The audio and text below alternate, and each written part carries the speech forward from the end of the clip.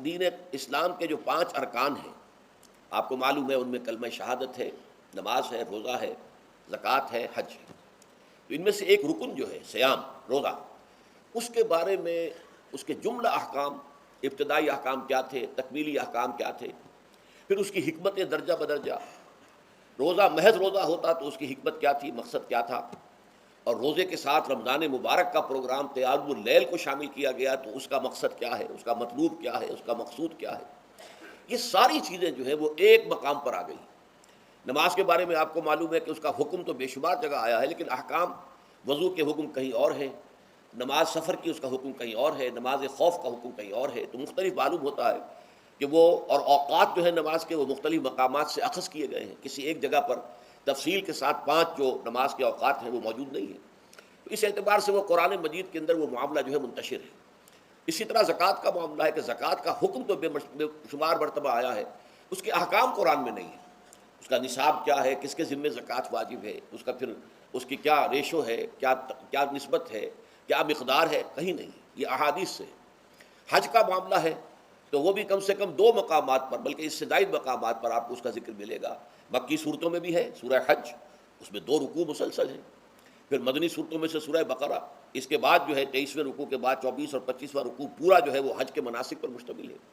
اس سے کچھ پہلے جو ہے وہ سعی بین الصفا والمروہ جو ہے اس کا ذکر 20ویں رکوع کے آخر میں آ چکا ہے۔ حج کی فرضیت کا حکم جو ہے وہ سورہ آل عمران میں ہے۔ لیکن یہ کہ یہ صوم کی عبادت جو ہے، جو کہ خود ایک رکن ہے اسلام کا، اس کے معاملے میں یہ 6 آیات اتنی جامع ہیں کہ اگر ان کو انسان سمجھ لے تو کل معلومات جو ہے صوم کے بارے میں جو مطلوب ہے وہ اس کو حاصل ہو جائیں گے، اس کے احکام بھی، اس کی حکمتیں بھی۔ تو اسی حوالے سے آج ان پر گفتگو ہوگی، لیکن درس کے انداز میں نہیں، بلکہ میری اپنی گفتگو کے دوران ان آیات کا حوالہ آئے گا، تو میں چاہوں گا کہ آپ اس وقت بھی اپنی نگاہیں جو ہیں اس کے ٹیکسٹ کے اوپر مرکوز کریں، تاکہ آپ کے ذہن میں جو ہے یہ مضامین آیات کے الفاظ کے ساتھ ایسوسیشن قائم کر کے محفوظ ہو جائیں۔ اچھا، اس کے علاوہ پھر میں نے وہ خطبہ پڑھا ہے، بلکہ اس کا ابتدائی کلمات صرف پڑھے ہیں، جس کے بارے میں حضرت سلمان فارسی رضی اللہ تعالیٰ عنہ نے یہ بیان کیا کہ حضور نے ہمیں یہ خطبہ ارشاد فرمایا شعبان کے آخری دن۔ تو یہ گویا کہ اس مناسبت سے آج ہمارا اس خطبے کو پڑھنا جو ہے بہت ہی موزوں ہے، اس لیے کہ یہ خطبہ جو ہے آج، جیسا کہ میں نے عرض کیا، ہو سکتا ہے بلکہ غالب امکان اسی کا ہے کہ آج شعبان کا آخری دن ہے، تو گویا کہ ہم حضور کے نقش قدم کی پیروی کرتے ہوئے، آپ کی سنت پر عمل کرتے ہوئے ہم اس وقت اس خطبے کو پڑھیں گے۔ یہ خطبہ جو ہے اس کا مکمل ترجمہ جو تازہ ایشو ہے ندائے خلافت کا، اس میں سرورق پر درج کر دیا گیا نمایاں طور پر۔ پھر ہم نے ایک 4 ورقے کی حیثیت سے کتابچے کی شکل میں بھی اس کو شائع کیا ہے، بدقسمتی سے اس کا اہتمام نہیں ہو سکا کہ وہ یہاں سب کے لیے پیش کیا جاتا، لیکن یہ کہ کچھ نہ کچھ نسخے اس کے یہاں آئے ہیں، اس میں بھی یہ پورا خطبہ درج ہے۔ پھر ایک ناشر نے جن کا تعلق ایسی تنظیم اسلامی کے ساتھ ہے، اس کو خوبصورت انداز میں شائع کیا ہے 4 ورقے کو، لیکن اس کی انہوں نے قیمت رکھی ہے کہ اس کے 10 نسخے 10 روپے میں آپ کو مل جائیں گے، تاکہ آپ زیادہ سے زیادہ لیں اور تاکہ لوگوں میں تقسیم کریں، تاکہ وہ ذہنی تیاری جو ہے، ذہنی اور قلبی اور روحانی، رمضان مبارک کی برکات سے صحیح طور پر مستفید ہونے کے لیے اس میں آپ کے دوست، اعزاء و قارب، رشتہ دار بھی شریک ہو سکیں۔ میں سب سے پہلے اب آغاز کر رہا ہوں اسی خطبے کے ان الفاظ سے کہ جو یہاں پر درج ہیں، آپ بھی اس کی متن پر نگاہ رکھیے۔ ان سلمان الفارسی رضی اللہ عنہ، حضرت سلمان فارسی رضی اللہ تعالی عنہ سے یہ روایت ہے۔ حضرت سلمان آپ کو معلوم ہے کہ ایران میں پیدا ہوئے، اور ان کے والد جو ہیں وہ آتش کدے کے بڑے ذمہ دار آدمی تھے، لیکن ان کو نفرت پیدا ہوئی کہ یہ آگ ہم خود جلاتے ہیں، ایندھن اس میں نہ ڈالیں تو بجھ جاتی ہے، ہم کیسے اس کے سامنے ہاتھ جوڑ کر کھڑے ہو جائیں، اس سے دعائیں مانگیں۔ بہرحال اس بنا پر جو بھی چپلش ہوئی، تو جیسے حضرت ابراہیم علیہ السلام کو ان کے والد نے گھر سے نکال دیا تھا، انہیں بھی گھر سے نکلنا پڑا، جیسے حضرت ابراہیم نے پھر ہجرت کی تھی اور وہ عراق سے جو ہے شام کی طرف منتقل ہوئے تھے، تو یہ ایران سے شام کی طرف منتقل ہوئے، وہاں جا کر انہوں نے عیسائیت کا مذہب اختیار کیا، راہبوں کے پاس رہے۔ آخری راہب جس کے پاس تھے زیر تربیت اور تعلیم تھے، تو جب اس کے انتقال کا وقت آیا تو انہوں نے کہا کہ مجھے تو ابھی تشفی نہیں ہوئی پورے طور سے، آپ نے بہت کچھ سکھایا ہے، بہت کچھ سمجھایا ہے، اور میں نے آپ سے بہت کچھ فیض حاصل کیا ہے، لیکن ابھی تو مجھے تشفی نہیں ہوئی، اب آپ کا انتقال ہو رہا ہے، میں آپ کے بعد کس کے پاس جاؤں؟ تب اس نے کہا کہ میرا علم مجھے بتاتا ہے کہ نبی آخر الزمان کا ظہور اب قریب ہے، اور وہ جنوب میں کھجوروں کی سرزمین میں ہوگا، تو تم جاؤ، ٹرائی یور لک، جاؤ دیکھو شاید قسمت تمہیں ان کے قدموں میں پہنچا دے۔ تو وہ وہاں سے روانہ ہوئے ایک قافلے کے ساتھ، قافلے پر ڈاکوؤں نے حملہ کیا، انہیں پکڑ کر غلام بنا لیا، غلام بنا کر بیچ دیا، لیکن یہ دیکھیے قسمت ان کی کہ مدینے کے یہودی نے خرید لیا، اب مدینے پہنچ گئے۔ اب وہاں خبریں انہیں مل رہی ہیں کہ مکے میں کسی صاحب نے دعویٰ کیا ہے نبوت کا، لیکن ان کے پاؤں میں تو غلامی کی بیڑیاں، یہ مکے تو نہیں جا سکتے۔ تو میں کہا کرتا ہوں کہ یہ اس شخص کی قسمت ہے کہ جیسے ہم کہتے ہیں کہ پیاسا کنویں کے پاس جایا کرتا ہے، کنواں تو پیاسے کے پاس نہیں آتا، لیکن یہاں کیا ہوا، کنواں چل کر پیاسے کے پاس پہنچا ہے۔ محمد الرسول اللہ صلی اللہ علیہ وسلم ہجرت فرما کر مدینہ تشریف لے آئے۔ تب انہوں نے اپنے آقا سے ایک روز کچھ تھوڑی سی کھجوریں مانگی لیں اور اجازت طلب کی اور جا کر حضور کی خدمت میں پیش کی، کیونکہ اس نے یہ بتایا تھا راہب نے کہ وہ ہدیہ تو قبول کر لیں گے، صدقات قبول نہیں کریں گے، صدقہ قبول نہیں کریں گے۔ تو اسی امتحان کے لیے جا کر حضور کی خدمت میں وہ کھجوریں پیش کی۔ حضور نے پوچھا کیا ہے، عرض کیا صدقہ، فرمایا نہیں میں صدقہ قبول نہیں کرتا، یہ غربا کا حق ہے، دے دو، تقسیم کر دو۔ پھر کچھ عرصے کے بعد پھر کچھ کھجوریں لی ہوں گی اپنے اس آقا سے، پھر پہنچے، پھر جب حضور نے پوچھا کیا ہے، عرض کیا کہ یہ ہدیہ، آپ نے فرمایا ہاں ٹھیک ہے، ہدیہ میں قبول کرتا ہوں۔ تو فوراً قدموں میں گر گئے، ایمان لے آئے۔ اور ان کا معاملہ جو ہے یہ بھی جان لیجئے کہ یہ فقراء صحابہ میں سے تھے جو کوئی کام نہیں کرتے تھے، ہمہ وقت حضور کے ساتھ رہنا، اور اس اعتبار سے حضور نے ان کے بارے میں یہ بھی کہا ہے کہ سلمان و منا من اہل البیت، سلمان جو ہے وہ ہمارے اہل بیت میں شامل ہے رضی اللہ تعالی عنہ۔ ان کی روایت ہے قال خطبنا رسول اللہ صلی اللہ علیہ وسلم، تو وہ فرماتے ہیں کہ ہمیں خطبہ ارشاد فرمایا نبی اکرم صلی اللہ علیہ وسلم نے شعبان کے آخری دن، فقال، اور فرمایا یا ایھا الناس، اے لوگو، قد اظلکم شہر عظیم، تم پر ایک عظمتوں والا مہینہ سایہ فگن ہو گیا ہے۔ ظل کہتے ہیں سائے کو، اظلکم تم پر سایہ فگن ہو گیا ہے، ایک بہت عظمتوں والا مہینہ۔ اب دیکھیں یہ وہی ہے بات جو انگریزی کے محاورے میں ہے کہ coming events cast their shadows before, آنے والے واقعات کا ایک سایہ سا پہلے سے پڑ جاتا ہے۔ تو ابھی مہینہ شروع نہیں ہوا رمضان مبارک کا، لیکن وہ آیا چاہتا ہے، تو گویا کہ اس کا ایک سایہ پہلے آ گیا ہے، جس کو حضور فرما رہے ہیں کہ تم پر سایہ کر لیا ہے ایک ایسے مہینے میں کہ جو بہت عظمتوں والا ہے۔ شہر مبارک، وہ مہینہ بہت برکتوں والا ہے۔ شہر فیہ لیلۃ خیر من الف شہر، یہ وہ مہینہ ہے کہ جس میں ایک رات وہ بھی ہے کہ جو 1000 مہینوں سے افضل ہے۔ اور یہ ظاہر بات ہے قرآن مجید کی صورت ہے مکمل، انا انزلناہ فی لیلۃ القدر وما ادراک ما لیلۃ القدر لیلۃ القدر خیر من الف شہر، اس کی طرف اشارہ ہے۔ اب اس کے بعد جو جملہ ہے جعل اللہ صیامہ فریضۃ، اللہ نے اس مہینے کا روزہ رکھنا فرض قرار دے دیا ہے۔ وقیام لیلہ، ایک تو قیام اللیل کے لفظ پر غور کیجیے، اور اس کی راتوں کے دوران کھڑے رہنے کو تطوعاً، آزاد مرضی پر چھوڑ دیا ہے۔ تو گویا کہ اس رمضان مبارک کے 2 پروگرام ہیں، ایک پروگرام دن سے متعلق ہے وہ ہے روزہ، اور ایک قیام رات سے متعلق ہے اور وہ ہے قیام اللیل۔ دن کا پروگرام فرض ہے، رات کا پروگرام فرض نہیں ہے، لیکن ایک طرح کی تشویق اور ترغیب، اس کے لیے جو ہے تحریص یہ موجود ہے۔ ورنہ تو یہ ہے کہ ہر رات جو ہے اس میں تہجد آپ پڑھیں، رات کو کھڑے رہیں، وہ اللہ تعالیٰ کو بہت پسندیدہ ہے۔ تہجد حضور کے لیے تو فرض کے درجے میں رہی ہے، لیکن عام مسلمانوں پر فرض نہیں ہے۔ البتہ جو کوئی کر سکے ان کے لیے یقیناً بہت اعلیٰ مراتب ہے، بہت اونچے درجات ہیں، تو وہ تو کسی بھی شب میں پورے سال آپ کریں، لیکن اس کے لیے خاص طور پر چونکہ اہتمام کیا گیا، لہذا جعلہ کا جو فعل ہے اس کے مفعول میں جہاں یہ شامل ہے، نمبر 1 جعل اللہ صیامہ فریضۃ، روزہ رکھنا فرض قرار دے دیا، اور اس کی راتوں کو کھڑے رہنا یہ تمہاری مرضی پر چھوڑ دیا، اسے فرض نہیں کیا ہے۔ بس اس تمہید کے بعد اب میں شروع کروں گا استقبال رمضان کے ضمن میں روزے کی حکمتیں کیا ہیں، اس کے احکام کیا ہیں۔ نمبر 1، شریعت محمدی میں روزے کی تدریجی فرضیت، یہ جو تمہیدی مضمون ہے اس ضمن میں وہ بہت اہم ہے۔ پہلی بات یہ جان لیجئے کہ اہل عرب جو ہیں، قریش بھی اہل مکہ اور قریش کے تابع بقیہ تمام بنی اسماعیل بھی، اور ان کے تابع جو بھی عرب میں دوسرے قبیلوں کے لوگ تھے کہ جو عربی تھے اور مشرک تھے، وہ سب اس کے اندر مراد ہیں۔ تو فرمایا گیا کہ ان لوگوں میں روزے کی عبادت معروف نہیں تھی، یا تو یہ ہے کہ حضرت ابراہیم علیہ السلام کے زمانے میں روزے کی عبادت تھی ہی نہیں، کیونکہ یہ لوگ اپنے قول کے مطابق ملت ابراہیم پر تھے، لیکن یہ ہے کہ بہرحال روزے کی عبادت سے ناآشنا تھے۔ کیا وجہ ہے یہ ہم نہیں جانتے۔ آپ کو معلوم ہے نماز سے وہ واقف تھے، اگرچہ اس کا حلیہ انہوں نے بگاڑ دیا تھا، تالیاں بجاتے تھے، سیٹیاں بجاتے تھے یہ، لیکن نماز کہتے تھے اسے نماز۔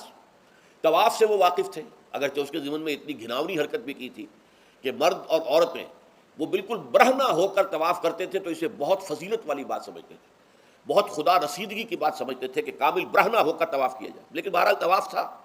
اسی طرح ایام عرفہ قیام منا یہ بھی موجود تھے. تو حج کے بھی بہت سے ارکان جو ہیں وہ ان کے ہاں معروف تھے. اور ویسے خیرات و صدقات چاہے زکوٰۃ ایک خاص نظام کے تحت نہیں تھی، لیکن زکوٰۃ و صدقات بھوکوں کو کھانا کھلانا یہ ان کے ہاں اعلیٰ اقدار میں یہ چیزیں شامل تھیں، اخلاقیات کے اونچے مقامات میں. اس صوم کا ان کے ہاں قطعاً کوئی ذکر نہیں تھا. روزے کی عبادت جو ہے ان کے ہاں بالکل نہیں تھی. البتہ صوم کا لفظ موجود تھا. یہ لفظ وہ استعمال کرتے تھے اپنے گھوڑوں کے لیے، روزہ رکھواتے تھے گھوڑوں کو. اس کا پس منظر یہ ہے کہ ان کے ہاں آپ کو معلوم ہے کہ لڑائی، دنگا فساد، جنگ اور یہ کہ غارت گری کرنا، لوٹ مار کرنا، یہ تمام ان عرب قبائل کا پیشہ تھا. اصل پیشہ یہی تھا. اس میں ان کے پاس دو جانور تھے. ایک تو اونٹ. اونٹ جو ہے وہ ان کی جو باب و ہوا ہے اور ان کے جو حالات ہیں اس کے ساتھ پوری مطابقت رکھتا ہے. یعنی اسے کئی دن کھانے کو نہ ملے اسے پرواہ نہیں، ہفتہ بھر پانی نہ ملے اسے کوئی پرواہ نہیں. اس اعتبار سے دھوپ کی کتنی ہی جو ہے تپش اونٹ کو کچھ نہیں کہتی. لیکن یہ کہ وہ سست رفتار جانور ہے.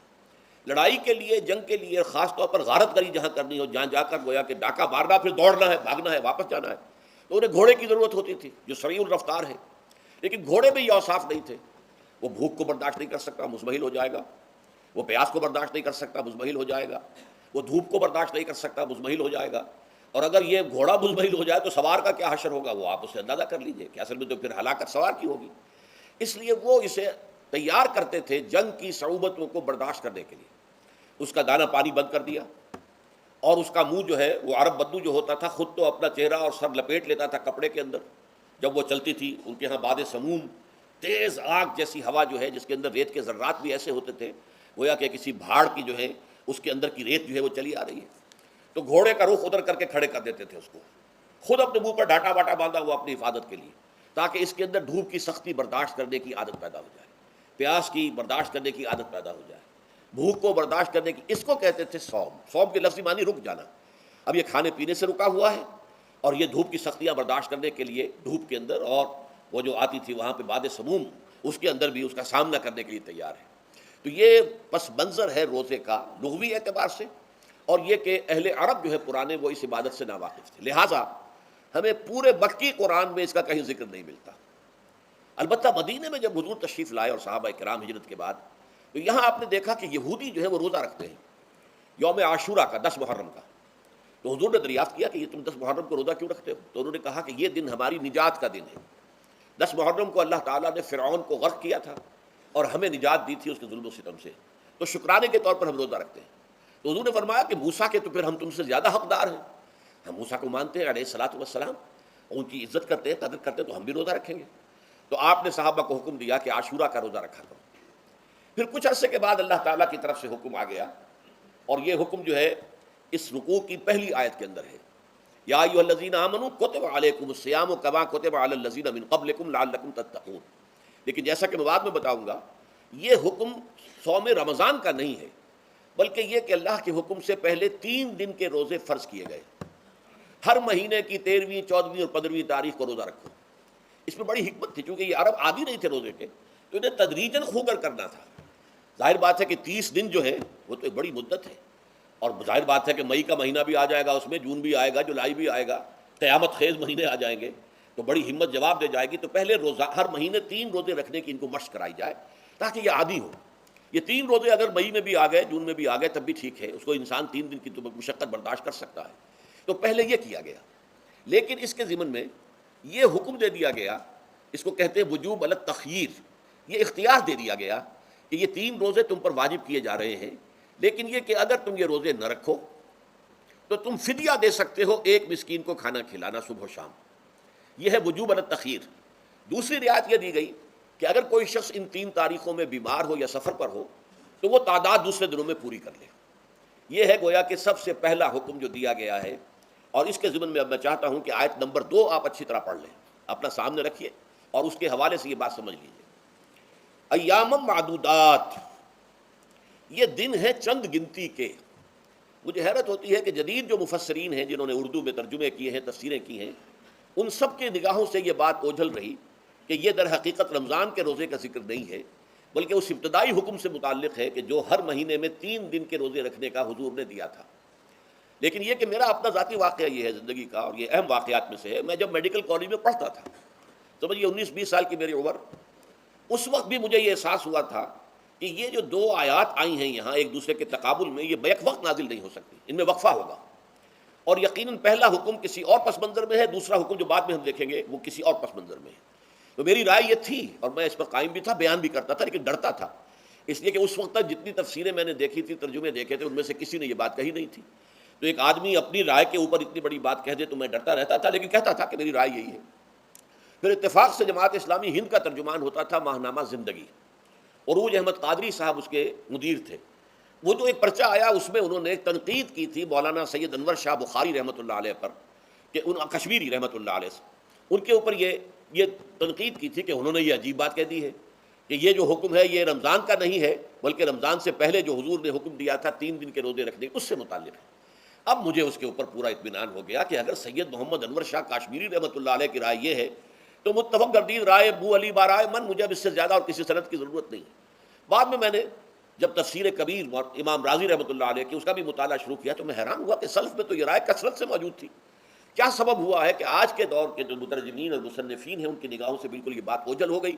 اس معاملے کو میں حل آج تک نہیں کر سکا، لیکن اب میں پورے تیقن سے آپ سے کہہ رہا ہوں کہ یہ جو پہلی 2 آیتیں ہیں ان کا تعلق صوم رمضان سے نہیں ہے، بلکہ ان کا تعلق ہے وہ 3 دن کے۔ اس کی سب سے بڑی دلیل اس کے اندر موجود ہے ایام معدودات، گنتی کے چند دن۔ اب 30 یا 29 دن جو ہے وہ گنتی کے چند دن نہیں ہو سکتے، وہ اچھی بڑی تعداد ہے۔ پھر یہ ہے کہ یہ معدودات جو ہے اس کو کہا جاتا ہے جمع قلت، یہ زیادہ سے زیادہ 9 پر اس کا اطلاق ہوتا ہے، اس وزن پر جو جمع آتی ہے۔ اور اس میں جو ہے خود قرآن مجید میں حج کے سلسلے میں منا کے قیام کے ضمن میں الفاظ آئے ہیں، ایام معدودات فمن تعجل فی یومین فلا اسم علیہ ومن تاخر فلا اسم علیہ۔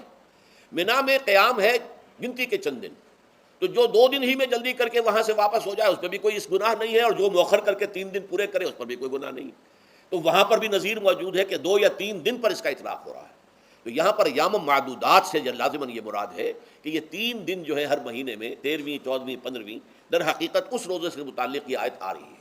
اور یہ بھی نوٹ کر لیجئے کہ رمضان کے روزے کی فرضیت کے بعد بھی حضور کا معمول اور آپ کے صحابہ کا، اور جو بھی ہمارے ہاں اتباع کرتے ہیں حضور صلی اللہ علیہ وسلم کا نوافل میں بھی ان کا یہ معمول ہے۔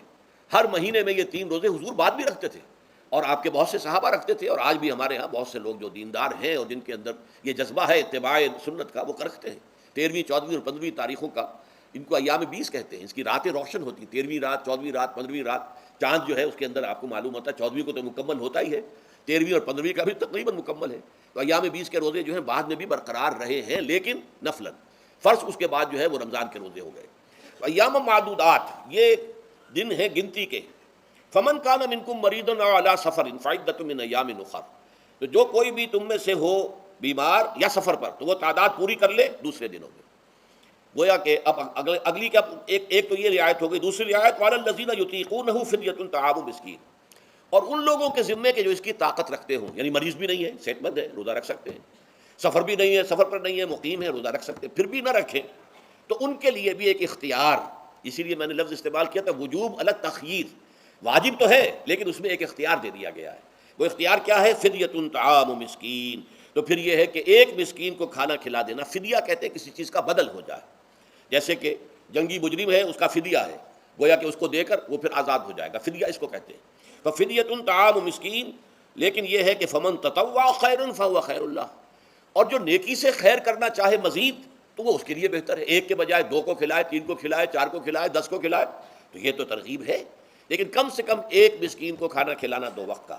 وَأَن تَصُومُوا خَيْرٌ لَكُمْ، اب دیکھیے یہ لفظ بول رہے ہیں، اگر تم روزہ رکھو تو یہ تمہارے حق میں بہتر ہے، یعنی اگرچہ اختیار تمہیں دے دیا ہے، اختیار یہ ہے کہ روزہ رکھو، اگر نہ رکھو تو فدیہ دے دو ایک مسکین کا کھانا، لیکن اگر تم روزہ رکھو ان کنتم تعلمون، اگر حقیقت میں تم علم رکھتے ہو کہ روزے کے اندر کیا کیا برکات ہیں تو تمہیں روزہ لازماً رکھنا چاہیے۔ تشویق اور ترغیب موجود ہے لیکن یہ کہ اس کی فرضیت یا وجوب نہیں ہے۔ یہ تھا ابتدائی حکم روزے کی ضمن میں۔ اب اس کے بعد اگلی آیت جو ہے اس کے بھی پہلے حصے کو مت پڑھیے، شہر رمضان الذی انزل فیہ القرآن، اس کے بارے میں تو بعد میں گفتگو ہوگی، بینات من الہدی والفرقان، لیکن اگلا جملہ فمن شہد منکم الشہر فلیصم، اب یہ رمضان کے روزے کی فرضیت کا حکم آیا ہے۔ رمضان کا مہینہ وہ ہے جس میں قرآن نازل کیا گیا، اس کے بارے میں جیسا کہ میں نے عرض کیا پھر بعد میں عرض کروں گا لیکن جو شخص بھی تم میں سے موجود ہو اس مہینے میں، اپنے گھر میں موجود ہے، اپنے شہر میں موجود ہے، سفر پر نہیں ہے، یا یہ ہے کہ جو شخص بھی اس مہینے کو پائے، اس کی زندگی میں یہ مہینہ آ جائے، یہ برکتوں کا ایک موقع اسے مزید حاصل ہو جائے، فل یسم، یہ امر کا صیغہ ہے، یہ وجوب ہے مطلقاً۔ اب اس میں جو دو رعایتیں پہلے دی گئی تھی ان میں سے ایک کو برقرار رکھا، ومن کان مریضا او علی سفر فعدۃ من ایام اخر، یہی وہ الفاظ ہیں جن کی بنا پر میرا گمان اس وقت بھی یہ تھا کہ یہ دو بیک وقت نازل نہیں ہو سکتی آیات، یہ جو تکرار ہے بے معنی تکرار ہو جائے گی پھر اگر ایک ہی وقت میں نازل ہو رہی ہو۔ اور قرآن مجید کی فصاحت اور بلاغت سے یہ چیز بعید ہے کہ وہاں پر اس طرح کی تکرار بلا سبب ہو رہی ہو۔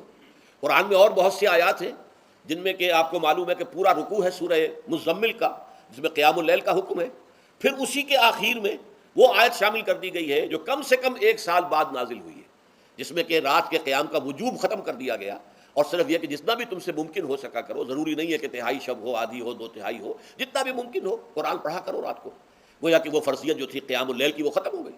اس حوالے سے وہ جو ناسخ ہے، منسوخ کرنے والی آیت بھی اس کے ساتھ ہی رکھ دی گئی ہے تاکہ وہ جو اصل حکم تھا وہ بھی برقرار سامنے رہے، اور جس نے آ کر اسے منسوخ کیا وہ بھی برقرار رہے اور سامنے رہے۔ اسی طرح یہاں پر بھی یہ حکم آیا، کتنے عرصے کے بعد آیا یہ مجھے معلوم نہیں، لیکن یہ کچھ عرصے کے بعد آیا ہے کہ رمضان کا مہینہ وہ ہے کہ جس میں قرآن نازل کیا گیا ہے۔ اب جو شخص بھی اس مہینے کو پائے اس پر لازم ہے کہ اس کے روزے رکھے۔ ہاں، من کان مریضا او علی سفر، جو شخص ہو مریض، بیمار ہو یا سفر پر ہو، فعدۃ من ایام اخر، تو وہ تعداد پوری کر لے دوسرے دنوں میں۔ یرید اللہ بکم اليسر ولا یرید بکم العسر، اللہ تمہارے ساتھ آسانی چاہتا ہے، سختی نہیں چاہتا۔ یہ اصل میں کیوں کہا ہے اس کی وجہ سمجھ لیجئے۔ آج بھی آپ کو اپنے ہاں ایسے لوگ مل جائیں گے جن کا تقویٰ کا تصور اتنا غلط ہو گیا ہے کہ 104 درجے کا بخار ہے، روزہ چھوڑنے کو تیار نہیں۔ بھلے آدمی ہو، اللہ نے تمہیں ایک رخصت دی ہوئی ہے تو خام خواہ اپنے اوپر یہ شدت کیوں لے رہے ہو؟ لیکن لیتے ہیں، روزہ چھوڑنے کو تیار، روزہ قضا نہیں کروں گا۔ سفر پر جا رہے ہیں اور روزہ قضا کرنے کو تیار نہیں۔ ایک موقع پر ایک غزوے کے دوران ایسا ہوا کہ کچھ لوگوں نے روزہ رکھا ہوا تھا، لیکن وہ اتنے یوں سمجھیے مزمحل ہو گئے کہ جب پڑاؤ پر پہنچے تو جن کا روزہ نہیں تھا انہوں نے تو بڑی چاق و چوبند طریقے سے خیمے نصب کیے، سارا بندوبست کیا، اور یہ جا کر بے سدھ ہو کر بے ہوش ہو کر گر پڑے۔ تو حضور نے فرمایا ان کو دیکھ کر، لیس من البر الصیام فی السفر، سفر میں روزہ رکھنا یہ کوئی نیکی کا کام نہیں ہے، یہ نیکی کا غلط تصور ہے کہ جو تم نے اپنے اختیار کر لیا، یہ تمہارے اندر تشدد پسندی پیدا ہو رہی ہے۔ دین کے احکام میں جو مقصد ہے وہ کیا ہے؟ یرید اللہ بکم اليسر ولا یرید بکم العسر۔ اسی پر عمل کرتے ہوئے حضور نے فرمایا ہے کہ جو بھی علماء دین ہیں یا جو رہنمایان دین ہیں ان کا کام کیا ہے؟ آپ نے فرمایا یسروا ولا تعسروا، دیکھو آسانیاں پیدا کرو، سختیاں پیدا نہ کرو۔ دین میں سختیاں پیدا کرنا بھی وہ اسر اور اغلال بن جاتا ہے کہ جس کو رفع کرنے کے لیے اور جس سے لوگوں کو، یہودیوں کو اور تمام اہل کتاب کو نجات دینے کے لیے اللہ تعالیٰ نے اپنے رسول محمد صلی اللہ علیہ وسلم کو بھیجا۔ وَيَضَعُ عَنْهُمْ إِصْرَهُمْ وَالْأَغْلَالَ الَّتِي كَانَتْ عَلَيْهِمْ، کہ جہاں وہ نیکی کا حکم دیتے ہیں، بدی سے روکتے ہیں، پاکیزہ چیزوں کو حلال ٹھہراتے ہیں اور خبیث چیزوں کو، ناپاک چیزوں کو حرام قرار دیتے ہیں، وہیں وہ لوگوں کے اوپر سے وہ بوجھ بھی ختم کرتے ہیں کہ جو انہوں نے خام خواہ اپنے اوپر لاد لیے۔ تو ان میں سے یہ بھی ہے کہ یہ نیکی کا کام نہیں ہے کہ آپ سفر میں ہیں اور روزہ رکھ رہے ہیں۔ یرید اللہ بکم اليسر ولا یرید بکم العسر وَلِتُكْمِلُوا الْعِدَّةَ، لیکن یہ بات واضح رہے کہ اب تمہارے لیے تعداد کو پورا کرنا لازم ہے، یہ نہیں ہے کہ آپ اس کی جگہ پر فدیہ دے دیں تو بات پوری ہو جائے گی، نہیں۔ روزے کی تعداد، آپ کے رمضان میں 2 روزے 3 روزے چھوٹ گئے بیماری کی وجہ سے، ٹھیک ہے، لیکن دوسرے دنوں میں اس کی قضا دینی لازم ہے، وہ روزے رکھنے جو ہیں آپ پر لازم ہے، ان کا کوئی بدل جو ہے وہ فدیہ نہیں ہو سکتا۔ البتہ یہ نوٹ کر لیجئے، یہ حکمت نبوی ہے کہ یہاں اگرچہ وہ فدیے کا حکم جو ہے گویا کہ بظاہر قرآن مجید کے الفاظ سے محسوس ہوتا ہے کہ مطلقاً منسوخ ہو گیا، لیکن حضور نے اس کو خاص حالتوں میں باقی رکھا ہے۔ کوئی شخص اتنا بوڑھا ہو چکا ہے یا خاتون اتنی بوڑھی ہو چکی ہے کہ دن بھر کا فاقہ جو ہے اس میں اندیشہ ہے کہ کہیں ہلاک نہ ہو جائے، کوئی مریض ہے، مرد ہے یا عورت ہے، وہ ڈائبٹیز کی مریضہ ہے، اس کو وہ شوگر کا مرض ہے اور وہ اس کو برداشت نہیں کر سکتی، شوگر لیول بہت نیچے ہو جائے تو موت واقع ہو سکتی ہے۔ کوئی ایسا مریض ہے جس کو مرض سے شفا پانے کی اب کوئی امید ہے ہی نہیں کہ میں مرض سے شفا پا جاؤں گا یا پا جاؤں گی تو اس کے بعد میں روزہ مکمل کر دوں گی، نہیں۔ ایسے لوگوں کے لیے حضور نے اس رعایت کو برقرار رکھا ہے کہ ایسے لوگ اگر ایک مسکین کو کھانا کھلا دیں تو یہ فدیہ بن جائے گا، لیکن جو بھی شخص صحت مند ہو اور صحت کی توقع رکھتا ہو اور جو شخص بھی طاقت رکھتا ہو روزے کا قضا کر دینے کا، اس کے لیے لازم ہے کہ روزوں کی قضا کرے۔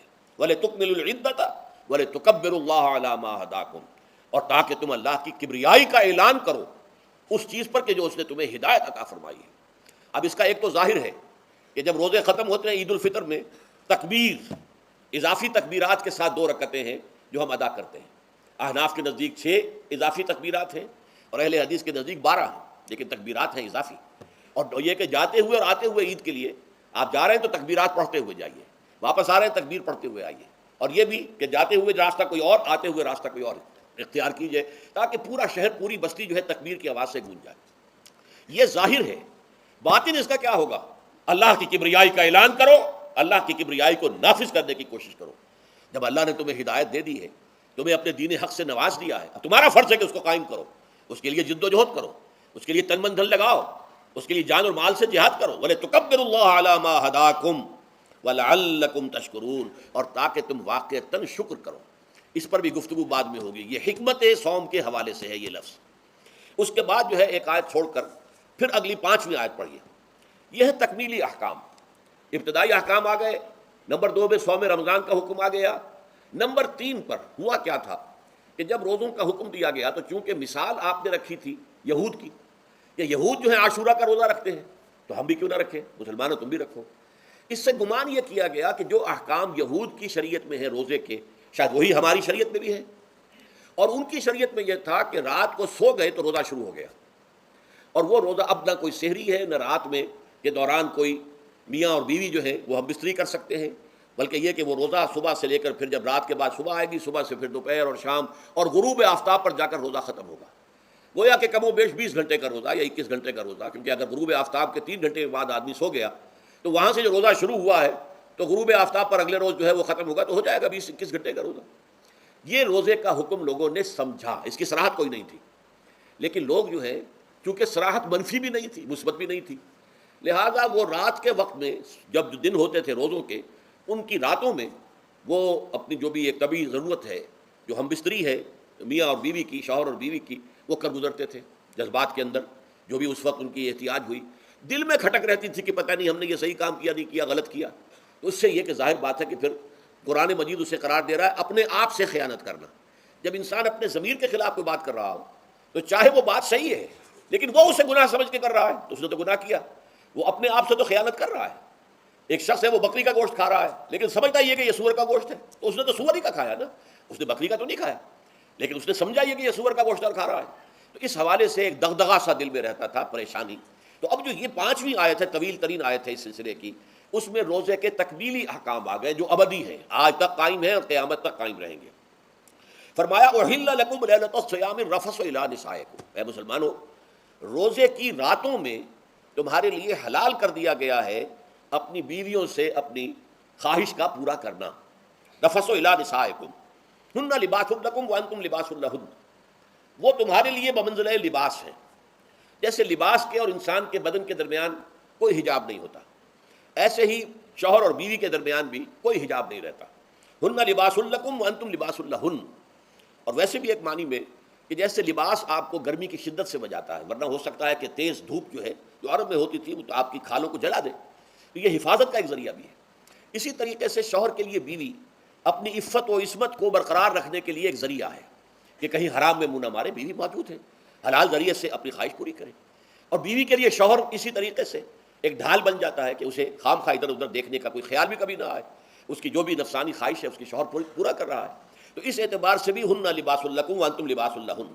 علم اللہ انکم کنتم تختانون انفسکم، اللہ کے علم میں ہے کہ تم اپنے آپ سے خیانت کر رہے تھے. اس کی وضاحت میں پہلے کر چکا ہوں کہ دل میں یہ دغدغہ تھا کہ یہ حرام کام اور کر رہے ہیں، یہ گویا کہ اپنے آپ سے خیانت، اللہ سے بغاوت نہیں تھی. کیوں کہ اللہ تعالیٰ کی طرف سے تو حکم تمہیں معلوم تھا ہی نہیں ابھی آیا اس کی اجازت ہے یا نہیں ہے، لیکن اپنے آپ سے تو خیانت کر رہے ہو نا. تم یہ سمجھ رہے تھے کہ یہ نہیں ہونا چاہیے، یہ گویا کہ ممنوع ہے اور کر رہے تھے، تو اس کو کہا کہ تم اپنے آپ سے خیانت کر رہے تھے.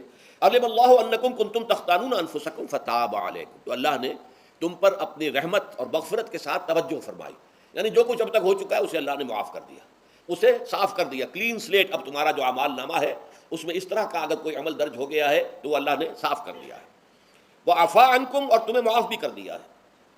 فالآن باشروہن، تو اب تم ان کے ساتھ جو بھی تعلق زن و شو ہے اس کو اختیار کر سکتے ہو. فالآن باشروہن وابتغوا ما کتب اللہ لکم، اور حاصل کرو وہ کچھ جو کچھ اللہ نے تمہارے لیے لکھ دیا ہے. یہ تعلق زن و شے سے 2 چیزیں ہیں کہ جو مقصود ہیں. ایک تو سب جانتے ہیں اولاد، ہر انسان کی خواہش ہوتی ہے کہ میری نسل کا تسلسل باقی رہے. لیکن نمبر دو ایک شے اور ہے قرآن مجید میں بیان کیا گیا، بولے تسکنو الیہا، اس میں ایک سکون ہے، اس میں جو بھی ہے، جو بھی عمل ہے مباشرت کا، اس میں ایک اعصابی طور پر سکون کی کیفیت انسان کو حاصل ہوتی ہے. تو یہ بھی مطلوب و مقصود ہے. تو ما کتب اللہ لکم، تمہارے لیے اللہ نے اس میں ایک تو اولاد کا معاملہ رکھ دیا ہے اور ایک تمہارے لیے سکون کا، لتسکنو الیہا، تاکہ تم ان کی طرف توجہ کر کے سکون حاصل کرو.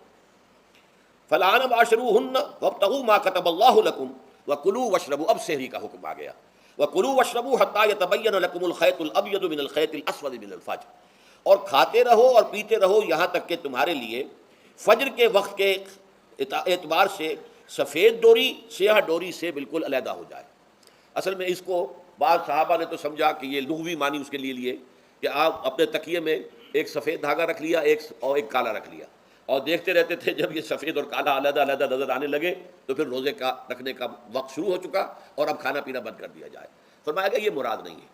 یہ جب پاؤں پھٹتی ہے تو اس کے اندر ایک سفید سی لکیر جو ہے افق کے اوپر آتی ہے، یہ ہے مراد، کہ وہ جو سفید لکیر ہے وہ ظاہر ہو جائے اور وہ رات کے اختتام کا گویا کہ ایک اعلان اور علم بن جائے. تو وَكُلُوا وَاشْرَبُوا، اب اس کی جو ہے بڑی تاکید کی گئی ہے. تَسَحَّرُوا فَإِنَّ فِي السَّحُورِ بَرَكَةٌ، سحری ضرور کیا کرو، اور یہ در حقیقت برکت کا ذریعہ ہے. یہ بھی آپ نے فرمایا ہمارے اور یہود کے روزے کے مابین جو فرق ہے وہ سحری ہے. یہ سحری کیونکہ روزہ جو ہے وہ فجر سے لے کر غروب آفتاب تک ہے، طلوع آفتاب سے نہیں، فجر سے، جبکہ وہ سفیدہ سحر جس کو ہم کہتے ہیں نمودار ہو جائے. طلوع آفتاب کا بھی 1.5 گھنٹے بعد ہوگا کہیں جا کے، لیکن اس وقت جو ہے روزہ شروع، غروب آفتاب پر ختم. اس حوالے سے اس سے پہلے کھانا پینا، اور اس میں بھی فرمایا گیا کہ بعض لوگ بہت زیادہ احتیاط کرتے ہیں، وہ صحیح نہیں ہے. اس لیے کہ فجر کے لیے اذان جب دیتے تھے تو اس میں بعض حضرات ذرا جلدی کرتے تھے. حضور نے فرمایا کہ نہیں دیکھو، یہ ذرا جلدی کر دیتے ہیں، اگر تم میں سے کسی کے ہاتھ میں پیالہ ہے، ابھی وہ کچھ کھا رہا ہے، اذان ہو گئی ہے، تو وہ اپنا پیالہ پورا کر لے. اس میں بھی تشدد کی ضرورت نہیں، جیسے کہ اس سے پہلے ہم پڑھ چکے یسروا ولا تعسروا، یرید اللہ بکم الیسر ولا یرید بکم العسر، اللہ تمہارے ساتھ آسانی چاہتا ہے، سختی نہیں چاہتا. تو اسی طرح فرمایا وَكُلُوا وَاشْرَبُوا حَتَّىٰ يَتَبَيَّنَ لَكُمُ الْخَيْطُ الْأَبْيَضُ مِنَ الْخَيْطِ الْأَسْوَدِ مِنَ الْفَجْرِ ثُمَّ أَتِمُّوا الصِّيَامَ إِلَى اللَّيْلِ، پھر اب روزے کو پورا کرو رات تک. إِلَى اللَّيْلِ میں پھر بڑی بحثیں ہوئی ہیں. اس لفظ کی مناسبت سے اہل تشیع اس کے قائل ہیں کہ جب کہ خوب اندھیرا ہو جائے، لیکن اہل سنت کا اجماع ہے کہ غروب آفتاب اس سے مراد ہے، اس لیے کہ آغاز رات کا غروب آفتاب کے ساتھ ہے. اور اس میں بھی احادیث کے اندر آیا ہے کہ تعجیل کرنی چاہیے. بعض لوگ وہی جو میں نے عرض کیا کہ تقویٰ کے تحت جو ہے، جیسے کہ سفر میں بھی روزے رکھتے ہیں یا 104 بخار کے درجے میں بھی وہ روزہ قضا کرنے کو تیار نہیں ہوتے، ایسے ہی وہ تاخیر کرتے ہیں اپنے تقوی کے حساب سے، کہیں ایسا نہ ہو، کوئی غلطی نہ ہو جائے، کہیں یہ نہ ہو جائے، کہیں وہ نہ ہو جائے، تو پھر اس کے اندر وہ افطار میں. تو آپ نے فرمایا کہ قوم جو ہے اسی وقت میں صحیح رہے گی جب کہ وہ افطار میں عجلت سے کام لے، یعنی سحری کے اندر بہت زیادہ جلدی کرنے کی ضرورت نہیں. اگر اذان ہو رہی ہے اس کے دوران بھی اگر کچھ کھا پی رہے ہو تو کھا پی لو، مکمل کر لو. اسی طریقے سے افطار کے اندر جو ہے وہ تاخیر کرنے کی ضرورت نہیں، سورج کے غروب کے ساتھ افطار کر لو. وَلَا تُبَاشِرُوهُنَّ وَأَنْتُمْ عَاكِفُونَ فِي الْمَسَاجِدِ، ہاں اپنی بیویوں سے تم مباشرت نہ کرو، تعلق زن و شوق قائم نہ کرو جبکہ تم مسجدوں کے اندر معتکف ہو. یہ اعتکاف کا ذکر ہو گیا. رمضان کے آخری عشرے میں یہ اعتکاف جو مسنون ہے کہ 21ویں شب سے شروع ہو جائے گا، یعنی 20واں روزہ ختم ہوا اس کے ساتھ یہ اعتکاف شروع ہو گیا. اور پھر اعتکاف مسنون جو ہے وہ جب تک کہ چاند نظر نہ آ جائے شوال کا، عید کا، اس وقت تک یہ اعتکاف جاری رہے گا. یہ ہے مسنون اعتکاف. اس کی کیا حکمت ہے وہ میں بعد میں عرض کروں گا. تو یہ حکمت جو ہے اس کے حوالے سے گفتگو بعد میں ہو جائے گی، لیکن یہاں یہ بتا دیا گیا کہ یہ جو رمضان کی 20 راتوں میں اجازت دی گئی ہے اپنی بیویوں کے ساتھ ہم بستری کی، وہ اس معتکف کے لیے نہیں ہے. جو مسجد میں معتکف ہے تو ہاں اس کی اہلیہ آ سکتی ہے وہاں ملاقات کے لیے، کسی مشورہ کوئی کرنا ہے بہت ضروری ہے، آ جائے، ملاقات ہو سکتی ہے، لیکن یہ کہ مباشرت نہیں ہو سکتی، وہ حرام ہے. فرمایا وَلَا تُبَاشِرُوهُنَّ وَأَنْتُمْ عَاكِفُونَ فِي الْمَسَاجِدِ تِلْكَ حُدُودُ اللَّهِ، یہ اللہ کی حدود ہیں، شریعت اسلامی کی یہ حدود ہیں. فَلَا تَقْرَبُوهَا، تو ان کے قریب تک مت جاؤ. قرآن مجید میں اس اعتبار سے دو انداز تعبیر ہے کہ اللہ کی حدود ہے فَلَا تَعْتَدُوهَا، یہ اللہ کی حدود ہے، ان سے تجاوز نہ کرو، اس حد کو پھلانگ نہ جاؤ، اس حد سے آگے نہ گزر جاؤ. یہاں ہے تقربوها، اللہ تعالیٰ کی حدود کے قریب تک نہ جاؤ. اس کی وجہ ایک حدیث میں بیان کر دی گئی ہے کہ جیسے ہر بادشاہ کی ایک چراگاہ ہوتی ہے، وہ صرف شاہی جو بھی ہیں جانور ہیں ان کے، یا گھوڑے ہیں یا کوئی اور ہیں، ان کے چرنے کے لیے ہے. وہاں پہ کوئی رعایت کا کوئی آدمی اپنی بھیڑ بکریاں وغیرہ نہیں لے جا سکتا. وہ حما کہلاتا تھا کہ یہ شاہ کے کے لیے مخصوص ہے، لکل ملک حمن وحم اللہ محارمہ، اللہ بھی بادشاہ ہے کائنات کا، ارض و سما کا، اس نے بھی جن چیزوں کو حرام کر دیا ہے وہ حما ہے، اس میں داخل نہیں ہونا تمہیں۔ تو فرمایا کہ جو چرواہا اپنی بھیڑوں کو بالکل اس کی آخری حد تک لے جائے گا تو اندیشہ ہے کہ کوئی بھیڑ کوئی بکری چھلانگ لگائے اور اس چراگاہ میں داخل ہو جائے۔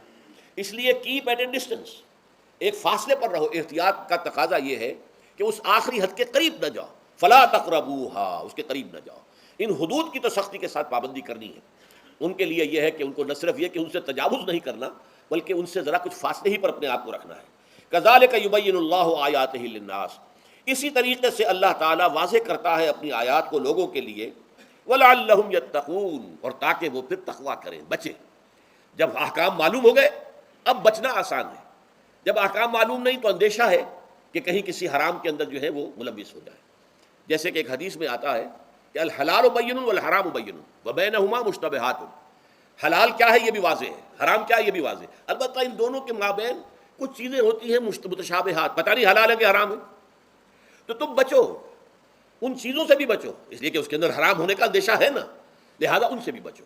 جو صریحاً حلال ہے اسی پر اکتفا کرو، جن کے بارے میں تعین نہیں ہو پا رہا ہے کہ وہ حلال ہیں، البتہ یہ بھی ثابت نہیں ہو رہا کہ وہ حرام ہیں، تو ان سے یہ تقویٰ کا تقاضا ہے۔ اگرچہ قانونی اعتبار سے یہ کہا جائے گا کہ وہ مباح ہے، جس شے کی حرمت کا ثبوت ہمیں کتاب اللہ اور سنت رسول سے نہ ملے وہ مباح ہے، لیکن یہ ہے کہ تقویٰ کا تقاضا یہ ہے، قانون کا تقاضا یہ کہ مباح کو آپ اختیار کریں گے تو آپ پر گرفت نہیں ہوگی، اس لیے کہ اس کی حرمت ثابت نہیں ہے، لیکن تقویٰ کا تقاضا یہ ہے کہ آپ صرف اس شے پر اکتفا کریں کہ جس کے حلال ہونے کے لیے ثبوت اور دلیل موجود ہے۔ تو یہ ہے کہ تلک حدود اللہ فلا تقربوها کذالک یبین اللہ لکم للناس آیاتہ للناس لعلہم یتقون۔ یہ احکام ہے تکمیلی روزے کے، جس کے ضمن میں میں نے کچھ احادیث نبویہ کے حوالے سے بھی ان کی مزید وضاحت کر دی۔ اب آئیے تیسری بات، روزے کا اصل حاصل کیا ہے۔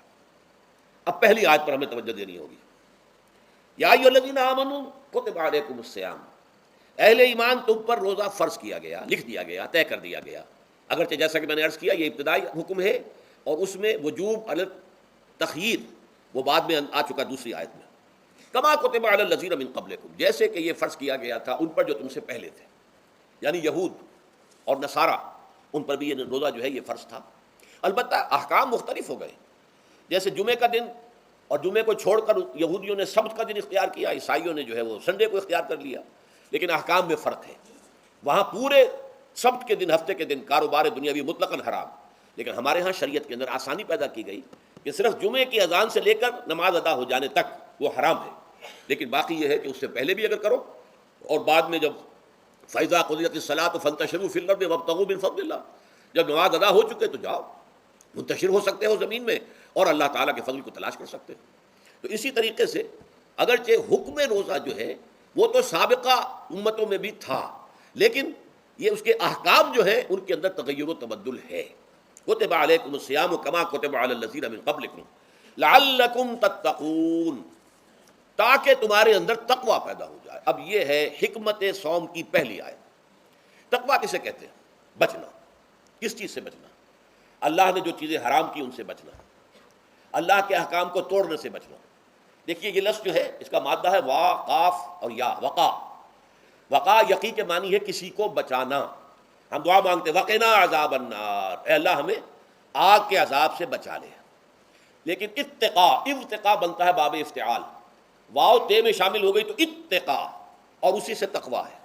تقویٰ کے معنی کیا ہے؟ بچنا، خود بچنا۔ وقا یقی دوسرے کو بچانا، بچنا اللہ کے احکام کو توڑنے سے، اللہ کی حرام کردہ چیزوں میں ملوث ہونے سے، اللہ کے غضب سے، غصے سے، اللہ کی ناراضگی سے، اور آخرت میں اللہ کے عذاب سے۔ یہ بچنے کی روش ہے، پوری زندگی میں بھی اس کو جاری رکھو۔ یہ تقویٰ زندگی میں کیا ہوگا؟ اللہ کے احکام کو توڑنے سے بچنا، اللہ کی حرام کردہ چیزوں میں ملوث ہو جانا، ان کا استعمال کرنا، کھانے پینے سے متعلق ہوں یا وہ شہوت سے متعلق ہوں یا کسی اور چیز سے متعلق ہوں، اس سے بچنا۔ اور یہ بچنا جو ہے آخرت میں نتیجہ خیز ہوگا، جہنم سے بچاؤ ہو جائے گا، آگ کے عذاب سے نجات مل جائے گی۔ اچھا روزے کا اس سے تعلق کیا ہے یہ سمجھ لیجیے۔ دیکھیے ہمارے گناہوں کا سب سے بڑا سبب ہمارے نفسانی تقاضے ہیں۔ ہم ایک حیوان بھی ہیں اور حیوان سے برتر بھی کچھ ہے، وہ میں بعد میں عرض کروں گا، لیکن حیوان تو ہے۔ جیسے ہر حیوان کو کچھ خوراک کی ضرورت ہے، ہمیں بھی ضرورت ہے. ہر حیوان کو بقائے نسل کا معاملہ جنسی ہے، وہ ہمارا بھی ہے. ہر حیوان کو کوئی نہ کوئی سر چھپانے کی جگہ چاہیے، کوئی گھونسلہ ہو، کوئی کھو ہو، کوئی بل ہو، کچھ بھی ہو، کچھ تو چاہیے آخر. اسی طریقے سے ہمارے سارے تقاضے ہیں. حیوانات کو بھی آرام چاہیے، ہمیں بھی آرام چاہیے. یہ حیوانی تقاضے جو ہیں، جن کو ہم کہیں گے اینیمل انسٹنکٹس، ہمارے وجود کے اندر ہیں یہ، اور ان کا تقاضا ہمارے اندر سے ابھرتا ہے. اسی کو ایڈ اینڈ لیبیڈو کہا ہے فرائڈ نے. جدید نفسیات کا بابا آدم جو ہے وہ فرائڈ ہے. اس نے اسے ایڈ اور لب سے تعبیر کیا ہے. اس سے اوپر سیلف کو لایا ہے، اور اس کے بعد جو ہے وہ سپر ایگو ہے. تو یہ 3 درجے اس نے متعین کیے ہیں، اور میں اس کی دقت نظر، ایکیوٹی آف آبزرویشن کا بہت قائل ہوں. اگرچہ نظریات کا جو نتیجہ اس نے نکالا ہے وہ غلط ہے، لیکن ایکویٹی آف آبزرویشن کا قائل ہوں کہ اس نے انسانی شخصیت کے 3 لیولز کو آئیڈینٹیفائی کیا ہے. یہی 3 لیولز ہمارے ہاں ہیں: نفس، قلب، روح. یہ 3 لیولز ہیں. اس نے کہا ایڈ اینڈ لیبیڈو یہ لویسٹ ہے، پھر ایگو سیلف، پھر سپر ایگو. 3 لیول وہ بھی مانتا، اگرچہ ان کی تعبیر اس نے غلط کی ہے، لیکن جہاں تک ایڈ اور لیبیڈو کی تعبیر ہے وہ صحیح ہے. وہ حیوانی تقاضے ہیں. اچھا، ان حیوانی تقاضوں کے بارے میں یہ بات بالکل واضح رہنی چاہیے کہ یہ اندھے بہرے ہیں. انہیں صرف اپنی گریٹیفیکیشن، اپنے تسکین سے جو ہے ساری بحث ہے. اس سے کوئی غرض نہیں کہ حلال ذریعے سے ہو، حرام ذریعے سے ہو. پیٹ کھانے کو مانگتا ہے بھوک کے اندر. اب آدمی جو ہے حرام کے اندر بھی منہ مار بیٹھتا ہے، یہاں تک کہ خود شریعت اجازت دیتی ہے کہ اگر جان پر بن جائے، آدمی جو ہے وہ فاقے سے مر رہا ہو، تو وہ کوئی حرام چیز کھا کر بھی اپنی جان بچا سکتا ہے، لیکن عام حالات میں نہیں. لیکن ہو سکتا ہے ہمارا چٹخارا جو ہے وہ حرام کی طرف ہمیں لے جائے. کسی کو واقعتاً اللہ نہ کرے کہ سور کے گوشت کا چسکا لگ جائے، وہ اس کے بغیر بچتا ہی نہیں، کھاتا ہے. شراب کی عادت ہو گئی، پیتا ہے. یہ نہیں. تو ہمارا پیٹ مانگتا ہے، اور اسے اس سے غرض نہیں کہ حلال سے کھایا ہے یا حرام سے کھایا. ہماری شہوت اپنی تسکین چاہتی ہے، اسے اس سے غرض نہیں کہ حلال سے یا حرام سے، جائز سے یا ناجائز سے. اسی طریقے سے ہمارے تمام تقاضے جو حیوانی ہیں، ایک تو یہ کہ بہت زوردار ہیں، اور چونکہ وہ اندھے بہرے ہیں، لہذا جو قرآن میں کہا گیا ان النفس لامارۃ بالسوء، یہ نفس تو بدی کا حکم دیتا ہی ہے. یہ گویا کہ اس کے اندر رجحان جو ہے انہیرنٹ ہے کہ وہ بدی کی طرف انسان کو ترغیب دلاتا ہے، چاہے وہ اپنی ضروریات سے متعلق ہو، چاہے چٹخاروں سے متعلق ہو، چاہے جو بھی لذت اسے درکار ہے اس سے متعلق ہو، چاہے وہ جنسی لذت ہے اور چاہے وہ طعام کی، یعنی جسے ہم کہتے ہیں کہ انسان جو ہے وہ اپنے پیٹ اور فرج کا غلام بن کر رہ جائے، اس لیے کہ جو تقاضا بھی آیا ہے اس کو وہ پورا کر رہا ہے. یہ جو کیفیت انسان کی ہے، اس کے لیے ایک مشق جو ہے وہ روزہ فراہم کرتا ہے. روزے کے آپ نے 12، 13، 14 گھنٹے کا بھی روزہ ہوتا ہے، بعض جگہوں پر 16، 17 گھنٹے کا روزہ ہوتا ہے. اس عرصے میں آپ اپنے نفس کو حلال چیزوں سے بھی روکے رکھتے ہیں. اس منہ زور گھوڑے کو جو ہے آپ اس کی لگام کس کر رکھتے ہیں، یہ حلال بھی نہیں کھانے دے رہے. بھوک لگی ہوئی ہے، کھانا بہترین موجود ہے، نہیں کھا سکتے، اللہ کا حکم نہیں ہے، اللہ کی اجازت نہیں. شدید پیاس ہے، بہترین مشروبات فریج میں رکھی ہوئی ہے، نہیں کھا سکتے، نہیں پی سکتے، جائز نہیں ہے، حالانکہ حلال ہے، حرام نہیں ہے. بیوی موجود ہے، یا جیسے کہ لونڈیوں کا معاملہ ہوتا تھا، لونڈی موجود ہے، لیکن نہیں، آپ اپنی شہوت جو ہے وہ اس سے پوری نہیں کر سکتے. یہ پابندیاں نفس کے اوپر لگانا، یہ ایک مشق ہے، یہ ایک ریاضت ہے. اس ریاضت کا حاصل یہ ہونا چاہیے کہ انسان بقیہ 11 مہینوں میں اپنے آپ کو حرام سے تو بچائے نا. یہاں وہ حلال سے رکا ہوا ہے اللہ کے حکم سے، کہ حلال چیز بھی نہیں کھا رہا، دن بھر نہیں پی رہا، دن بھر نہیں اپنی کوئی شہوت پوری کر رہا، دن بھر حلال ذرائع سے بھی. تو اس سے اس کے اندر یہ ایک، اس کو ہم کہیں گے سیلف کنٹرول پیدا ہو جائے، اپنے نفس کو قابو میں کر لے. یہ گویا کہ اس کا سب سے پہلا، اس روزے کی ریاضت، روزے کی مشق کے حوالے سے یہ اس کی حکمت ہوئی کہ اس سے کے ذریعے سے انسان میں سیلف کنٹرول پیدا ہو رہا ہے، ضبط نفس. یہاں پہ تھوڑی سی میں وضاحت کر دوں. رہبانیت کے اندر آپ کو معلوم ہے کہ سیلف اینیہیلیشن، انگریزی الفاظ جو ہیں وہ زیادہ بعض لوگوں کے لیے واضح ہوں گے، نفس کشی، نفس کو کچل دینا، ختم کر دینا، مار دینا، یہ رہبانیت میں ہوتا ہے، اسلام میں نہیں. اسلام کا نظام بڑا متوازن ہے. ان لنفسک علیک حقا وان لزوجک علیک حقا وان لزورک علیک حقا. حضور نے فرمایا دیکھو تمہارے نفس کا بھی تم پر حق ہے، اسے مناسب حد تک آرام دینا بھی تمہارے ذمے ہے، اسے غذا بہم پہنچانا بھی تمہارے ذمے ہے. فرق صرف کیا ہے، حلال سے ہو حرام سے نہ ہو. اس کی شہوت کو پورا کرنا بھی تمہارے ذمے ہے، فرق صرف کیا ہے، جائز راستے سے ہو حرام سے نہ ہو.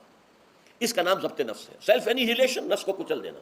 یہ جو تپسیاں جو ہیں ہندو سادھو کرتے رہے ہیں، اور جو سب سے زیادہ معاملہ جو ہے وہ جو راہب ہوتے تھے حضرت مسیح علیہ السلام کے پیروکاروں میں، انہوں نے تاریخ کے اندر جو مثالیں دی ہیں اس کا جو ہے اندازہ کرنا مشکل ہو جاتا ہے کہ کس درجے وہ لوگ اپنے نفس کو کچل دیتے تھے، جس کا قرآن مجید میں سورہ حدید میں ذکر بھی ہے۔ اکثر لوگ تو پابندی نہیں کر سکتے تھے، اپنے اوپر پابندیاں لگانے کے بعد غلط راستوں پر بھی چل پڑتے تھے، لیکن جو لوگ ان پابندیوں کو نبھاتے تھے وہ کس انتہا تک جاتے تھے۔ کبھی آپ جو ہے ہسٹری آف کرسچن مناسٹسزم پر جو تاریخ کی کتابیں لکھی گئی ان کو پڑھیں تو اندازہ ہوگا۔ مولانا مودودی نے تفہیم القرآن میں اس کا کچھ حوالے دیے ہیں، اور واقعہ یہ کہ رونگٹے کھڑے ہو جاتے ہیں انسان پر کہ اس درجے میں انہوں نے اپنے نفس کو کچلا تھا۔ ہمارے صوفیہ کے ہاں بھی بعض ایسی روایات صحیح ہیں یا غلط ہے بیان کی جاتی ہیں، لیکن اسلام کا اصل معاملہ کیا ہے؟ توازن، اعتدال۔ تمہارے نفس کا بھی تم پر حق ہے، ان لنفسک علیک حقا، تمہاری بیوی کا بھی تم پر حق ہے، وان لزوجک علیک حقا، اور تمہارا جو بھی کوئی ملاقاتی آئے، کوئی دوست ہے، اس کا بھی زورک علیک حق ہو، زیارت کرنے کے لیے کوئی آیا اس کا بھی حق ہے، ان کے حقوق ادا کرو۔ حضرت عبداللہ بن عمرو بن العاص رضی اللہ تعالی عنہما صحابہ کرام میں اس اعتبار سے بہت ممیز تھے کہ ان پر عبادت جو ہے، عبادت گزاری کا اتنا غلبہ ہو گیا تھا، ہر روز روزہ رکھتے تھے اور رات کو پوری رات کھڑے رہتے تھے۔ حضور کو اطلاع دی گئی، حضور نے طلب کیا فوراً، آپ نے فرمایا یا عبداللہ الم نخبر، کیا ہمیں یہ خبر نہیں دی گئی انک تصوم الدہر وتقوم اللیل، کہ تو ہمیشہ رات کو کھڑا رہتا ہے نماز میں اور ہر روز روزہ رکھتا ہے۔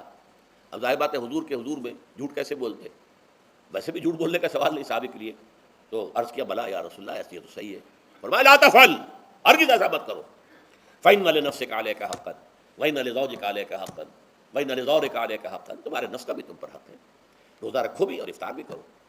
بہترین روزہ جو ہے وہ حضرت داؤد علیہ السلام کا تھا، ایک دن روزہ رکھتے تھے، ایک دن افطار کرتے تھے، لیکن یہ ہے کہ آپ ہفتے میں 2 دن روزے حضور کے ہیں، سوموار کو اور جمعرات کو، مہینے میں 3 روزے یہ ہیں، اس میں گویا کہ سنت پر عمل بھی ہو جائے گا، لیکن یہ کہ ہمیشہ روزہ رکھنا، بلکہ یہاں تک کہا گیا ما صام من صام الدہر، جو ہمیشہ روزہ رکھتا ہے اس نے کوئی روزہ رکھا ہی نہیں۔ کیا مطلب؟ یہ تو اس نے اپنی ہیبٹس بدل لی ہیں، ہیبٹس ہو گئی ہیں یہ کہ سارا دن بھر نہیں کھانا، صبح کھانا شام کو کھانا، بس یہ تو اس نے اپنی ہیبٹ بدل لی ہے، روزہ ہیبٹ بن گیا اس کا۔ ما صام من صام الدہر، جس نے ہمیشہ روزہ رکھا اس نے کوئی روزہ رکھا ہی نہیں، اس لیے کہ روزہ تو در حقیقت اس شخص پر شاخ گزرتا ہے جس کو عادت ہے دن میں کھانا کھانے کی، اس کو دن کے اندر 3 کھانے کھانے کی عادت ہے، تبھی تو وہ شاخ گزرے گا۔ اگر وہ عادت ہی آپ نے بدل لی ہے تو ظاہر بات ہے کہ پھر روزے کی جو برکت ہے وہ تو ظاہر نہیں ہوگی۔ تو بہرحال اس اعتبار سے غور کیجئے کہ یہ پہلا حکم جو ہے روزے کا، لعلکم تتقون، تاکہ تمہارے اندر تقوی پیدا ہو جائے، اپنے نفس پر کنٹرول پیدا ہو جائے۔ اس کو یوں سمجھیے کہ یہ ایک بڑا منہ زور گھوڑا ہے، ہمارا جو نفس ہے، ہمارا جو جسم ہے، حیوانی نظام، اس پر ہماری خودی یا ہماری انا یا ہماری ایگو یا ہمارا سیلف، یہ اس پر حکمران ہے، اس کا گھوڑے کا سوار ہے۔ اب اگر گھوڑا منہ زور ہے اور سوار کے قابو میں نہیں ہے تو کیا نتیجہ نکلے گا؟ اب وہ گھوڑے کے اختیار میں ہے، سوار صاحب کی جان جو ہے وہ جا کر پٹک دے کہیں، کسی کھائی میں گرائے، کسی اور جگہ گرائے، وہ تو گویا کہ اس کے رحم و کرم پر ہے۔ ہاں اگر سوار تکڑا ہے اور سوار نے جو ہے گھوڑے کو قابو میں کیا ہوا ہے، اس کی رانوں میں بھی جان ہے، دبایا ہوا ہے گھوڑے کو اپنی رانوں کے درمیان، تو ظاہر بات ہے کہ اب یہ گھوڑا جو ہے بہت بڑی ایسٹ ہے اس کے لیے۔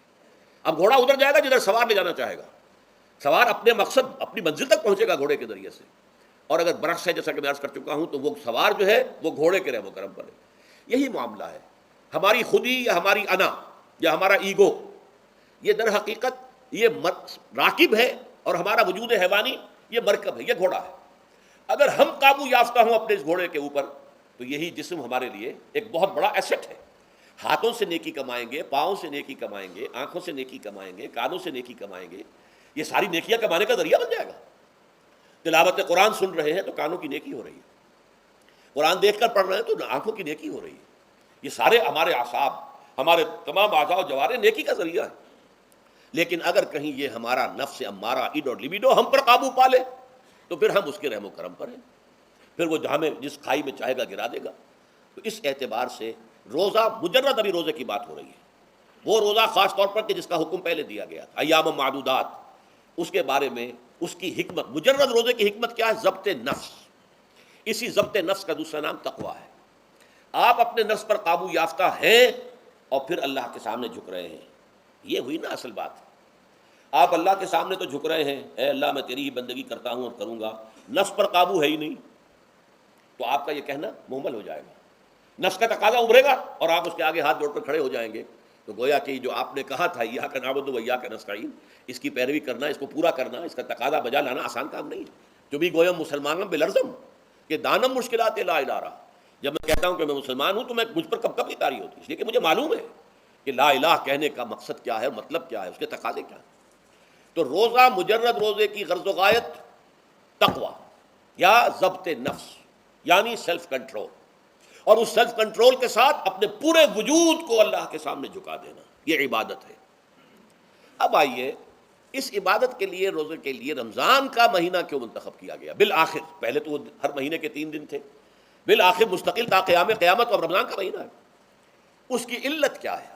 ظاہر بات ہے کہ سارے 12 مہینے اللہ ہی کے ہیں، ہفتے کے سارے دن اللہ ہی کے ہیں، دنوں میں سید الایام جمعے کا دن ہے، مہینوں میں سید الاشہر، یہ جتنے مہینے ہیں ان میں سردار جو ہے مہینوں کا وہ رمضان مبارک ہے۔ کیوں ہے؟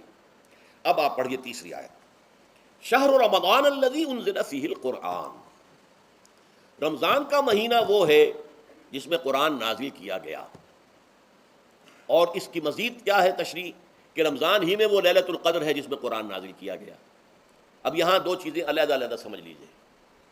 ہمیں معلوم ہے کہ قرآن حضور پر نازل ہوا 32 برس میں، نہیں 22 برس میں، 610 عیسوی سے لے کر اس موضوع پر آج شام کو تقریر ہوگی انشاءاللہ مفصل تعارف قرآن کے ضمن میں، بعد نماز عشاء قرآن اکیڈمی کی مسجد میں، کیونکہ معلوم نہیں کہ آج چاند ہو جائے گا یا نہیں ہو جائے گا، لہذا دورہ ترجمہ قرآن کل سے شروع ہوگا، اور آج جو ہے تعارف قرآن اور سورہ فاتحہ کا کچھ مفہوم میں بیان کروں گا، تاکہ یہ کہ رمضان مبارک کے لیے تمہید ہو جائے۔ پھر اگر چاند ہو گیا تو چھوٹی چھوٹی صورتوں کے ساتھ ہم تراویح مکمل کر لیں گے، ترجمہ قرآن کے ساتھ تراویح کل سے شروع ہوگی۔ بہرحال اس ضمن میں رمضان کا چناؤ جو ہوا ہے تو یہ ترجیح بلا مرجح نہیں ہے، ایسے ہی نہیں ہے کہ یوں ہی اس کو ترجیح دے دی گئی، اس کی حکمت ہے، غایت ہے، علت ہے، اس کا سبب ہے۔ رمضان کا مہینہ وہ ہے جس میں قرآن نازل کیا گیا، اسی میں وہ لیلۃ القدر ہے جس میں قرآن نازل کیا گیا، اگرچہ ہم جانتے ہیں کہ حضور پر قرآن نازل ہوا ہے 22 برس میں، 610 عیسوی سے 632 تک۔ اس معمے کو کیسے حل کریں گے؟ اس کا حل کیا ہے؟ رمضان مبارک کی ایک شب مبارک لیلۃ القدر میں پورا قرآن لوح محفوظ سے دفعتاً پورا کا پورا سمائے دنیا، پہلا آسمان جو ہے ہمارا، اس کے اوپر نازل کر دیا گیا۔ اس کے لیے لفظ انزلہ، انزلہ ینزل انزالن کے معنی ہے دفعتاً کسی چیز کو اتار دینا، اور نزلہ ینزل تنزیلا کے معنی ہے رفتہ رفتہ درجہ درجہ درجہ درجہ درجہ اتارنا۔ اعلام، عالم یعلم اعلاما، کسی شے کو خبردار کر دینا، بتا دینا، بس ہم نے بتا دیا تم جانو، تمہارا کام۔ تعلیم یہ ہے اس کو درجہ بدرجہ سمجھانا، اس کے دماغ میں اتارنا، دیکھنا کہ اتنی بات سمجھ گیا تو اگلی بات سمجھانا، یہ سمجھ میں آ گئی تو اگلی بات، تعلیم اس کو کہتے ہیں۔ تو انزال دفعتاً اتار دینا، تنزیل رفتہ رفتہ تدریجاً تھوڑا تھوڑا کر کے اتارنا۔ تو حضور پر تنزیل ہوئی ہے، فإنہ نزلہ علی قلبک، جبرائیل نے اس قرآن کو تھوڑا تھوڑا تھوڑا تھوڑا کر کے، نزلناہ تنزیلا، رتلناہ ترتیلا، ہم نے تھوڑا تھوڑا کر کے اتارا ہے۔ لیکن لیلۃ القدر میں جو ماہ رمضان مبارک کی شب ہے آخری عشرے کی، اس میں پورا قرآن اتار دیا گیا تھا لوح محفوظ سے سمائے دنیا تک۔ شہر رمضان الذی انزل فیہ القرآن ھدی للناس وبینات من الھدی والفرقان، یہ قرآن کیا ہے، کیا بنا کر نازل کیا گیا؟ یہ حال ہے، یہ لوگوں کے لیے، پوری نوع انسانی کے لیے ہدایت ہے، اور یہ ہدایت بینات کی شکل میں آئی، واضح تعلیمات جن میں کوئی شک و شبے کی گنجائش نہیں، از خود روشن۔ بینہ اسے کہتے ہیں وہ شے جو از خود روشن ہو، جس کو ہم کہتے ہیں کہ آفتاب آمد، دلیل آفتاب، جب سورج طلوع ہو گیا تو اپنے وجود پر وہ خود دلیل ہے، اسے کسی اور دلیل سے ثابت کرنے کی ضرورت نہیں ہے، از خود واضح۔ تو بینات من الہدی، جو قرآن کی بنیادی ہدایت ہے وہ بینات پر مشتمل ہے، واضح چیز ہے، جو انسان کے لیے، اس کی فطرت کے لیے جانی پہچانی چیزیں ہیں، یہ کوئی باہر کی چیز نہیں آ رہی ہے، اس کے قلب کی گہرائیوں کے اندر یہ سب کچھ موجود ہے، اور اس کی گواہی اس کے قلب کی گہرائیوں سے نکلتی ہے کہ ہاں دیکھنا تقریر کی لذت کے جو اس نے کہا، میں نے یہ جانا کہ گویا یہی میرے دل میں ہے، اس نے تو میرے اپنی فطرت کی ترجمانی کی ہے۔ والفرقان، بینات من الہدی والفرقان، یہ بینات کا اطلاق فرقان پر بھی ہو رہا ہے، حق و باطل کے اندر فرق کر دینے والی شے، بین صورت میں یہ حق ہے یہ باطل ہے، یہ جائز ہے یہ ناجائز ہے، یہ غلط ہے یہ صحیح ہے۔ یہ ہے قرآن مجید کی عظمت کا بیان۔ ویسے تو عظمت قرآن مجید کے اندر بہت سے مقامات پر آئی ہے اور بڑے ہی پرشکو انداز میں بھی آئی ہے، لیکن یہ اس وقت موقع نہیں ہے اس میں جانے کا۔ یہاں جو قرآن کا تعارف کرایا گیا، ھدی للناس وبینات من الھدی والفرقان، اور یہ رمضان میں نازل کیا گیا، لہٰذا رمضان کا مہینہ جو ہے اس عبادت کے لیے خاص اور مختص کر لیا گیا۔ فمن شہد منکم الشہر فلیصم، تو جو کوئی بھی تم میں سے اس مہینے کو پائے یا اس میں مقیم ہو وہ لازماً روزہ رکھے۔ میں بیان کر چکا ہوں یہ وجوب علی العین ہے، اس کے اندر اب اختیار نہیں ہے۔ لیکن یہ کہ اگر من کان منکم مریضا او علی سفر فعدۃ من ایام اخر. اب دیکھیے یہ جو رمضان مبارک کو منتخب کیا گیا جو نزول قرآن کا مہینہ ہے، تو اس میں ایک دوہرا پروگرام رکھ دیا گیا ہے جو قرآن مجید میں تو واضح طور پر نہیں کہا گیا، اس لیے کہ اگر قرآن میں اس طور سے آ جاتا تو فرض ہو جاتا، اسے تطوعاً رکھا گیا ہے، لہذا اس کا ذکر قرآن میں نہیں ملے گا. موجود ہے کہ جب اس مہینے کو چنا ہی اس لیے گیا ہے کہ یہ نزول قرآن کا مہینہ ہے، لہذا اس کے لیے جو ہم نے پڑھا تھا وہ خطبہ وہ اب اس کو پلٹ لیجئے. جعل اللہ صیامہ فریضۃ وقیام لیلہ تطوعا، اللہ نے اس مہینے کا روزہ رکھنا تو فرض قرار دے دیا ہے، اور اس کا قیام اللیل راتوں کو کھڑے رہنا یہ مرضی پر چھوڑ دیا ہے. جو کر سکے، جو بھی ہمت کرے، ترغیب و تشویق ہے. اب دیکھیے ترغیب و تشویق کے لیے دوسری حدیث جو یہاں پر ہے، عن ابی ہریرہ رضی اللہ عنہ قال، حضرت ابو ہریرہ سے مروی ہے رضی اللہ عنہ کہ انہوں نے فرمایا قال رسول اللہ صلی اللہ علیہ وسلم، کہ اللہ کے رسول نے فرمایا صلی اللہ علیہ وسلم، من صام رمضان ایمانا و احتسابا غفر له ما تقدم من ذنبه، جس نے رمضان میں روزے رکھے ایمان کے ساتھ، یقین کے ساتھ، اور احتساب اللہ سے اس کے اجر کی امید میں، غفر له ما تقدم من ذنبه، اس کے پچھلے تمام گناہ معاف ہو جاتے ہیں. یہ نوٹ کیجئے کہ اس سے مراد گناہ کبیرہ نہیں ہے، گناہ صغیرہ ہے. گناہ کبیرہ کے لیے توبہ شرط ہے، گناہ صغیرہ جو ہے وہ ان چیزوں سے دھل جاتے ہیں. لیکن اب دیکھیے ومن قام رمضان ایمانا و احتسابا، اور جو کوئی کھڑا رہا رمضان میں یعنی قیام اللیل ایمان اور احتساب کے ساتھ، غفر له ما تقدم من ذنبه. اب تیسری بات، ومن قام لیلۃ القدر ایمانا و احتسابا، اور جو کھڑا رہا قیام اللیل جس نے کیا ہے لیلۃ القدر میں ایمان اور احتساب کے ساتھ، غفر له ما تقدم من ذنبه. متفق علیہ، یہ حدیث بخاری اور مسلم دونوں کی ہے. اب یہاں جو بات میں چاہتا ہوں کہ آپ پر واضح ہو جائے، اس حدیث میں دونوں چیزوں کو پیرلل لایا گیا، من قام رمضان من صام رمضان، پیرلل، بالکل متوازی، ہم وزن اعتبار سے. من صام رمضان ایمانا و احتسابا غفر له ما تقدم من ذنبه، من قام رمضان ایمانا و احتسابا غفر له ما تقدم من ذنبه. اب سوال پیدا ہوتا ہے قیام اللیل سے مراد کیا ہے؟ یہاں پہ میں تراویح کی کا جو پس منظر ہے وہ بیان کر دینا چاہتا ہوں. دیکھیے جیسا کہ ہم نے خطبے میں بھی دیکھ لیا، اللہ نے قیام اللیل جو ہے اسے فرض نہیں ٹھہرایا، تطوعا. قرآن مجید میں بھی اس کا کوئی ذکر نہیں، احادیث میں اس کی تشویق و ترغیب پوری موجود ہے. ایک اور حدیث بھی ہم بعد میں پڑھیں گے اس پر. اس کا پس منظر کیا تھا کہ اس کو چھوڑ دیا گیا. اب ظاہر بات ہے مسلمانوں میں کمزور بھی ہیں، مسلمانوں میں وہ مزدوری کرنے والے بھی ہیں، روزہ تو فرض ہے ان پر، چاہے مئی کا مہینہ ہے اور گندم کاٹنی ہے، روزہ تو پھر بھی رکھنا ہوگا، یہ سب کچھ ہے. لیکن یہ کہ رات کو پھر کھڑے رہنا ان کے لیے، جاگنا ممکن نہیں، لہذا ان کے اوپر یہ چیز فرض نہیں. حضور نے تراویح کی نماز یا قیام اللیل نہ اسے فرض قرار دیا، نہ اس کے بعد جماعت کوئی اہتمام کیا مستقل. صرف 3 راتیں آپ نے جماعت کروائی ہے، اس میں 8 رکعتیں آپ نے پڑھی ہیں کہ جو آپ کا معمول تھا تہجد کا وہ پڑھی، اور تہجد کے وقت ہی جماعت کرائیے. یہ ہے وہ حدیث. اس کے علاوہ کسی نماز تراویح جو ہے جو ہم پڑھتے ہیں 20 رکعتیں عشاء کے ساتھ متصل، اس کا کوئی ذکر نہ دور نبوی میں ہے نہ دور صدیق اکبر میں ہے. یہ دور حضرت عمر کی خلافت میں ہوا ہے، اور ہم نہیں کہہ سکتے کتنے سال کے بعد ہوا ہے.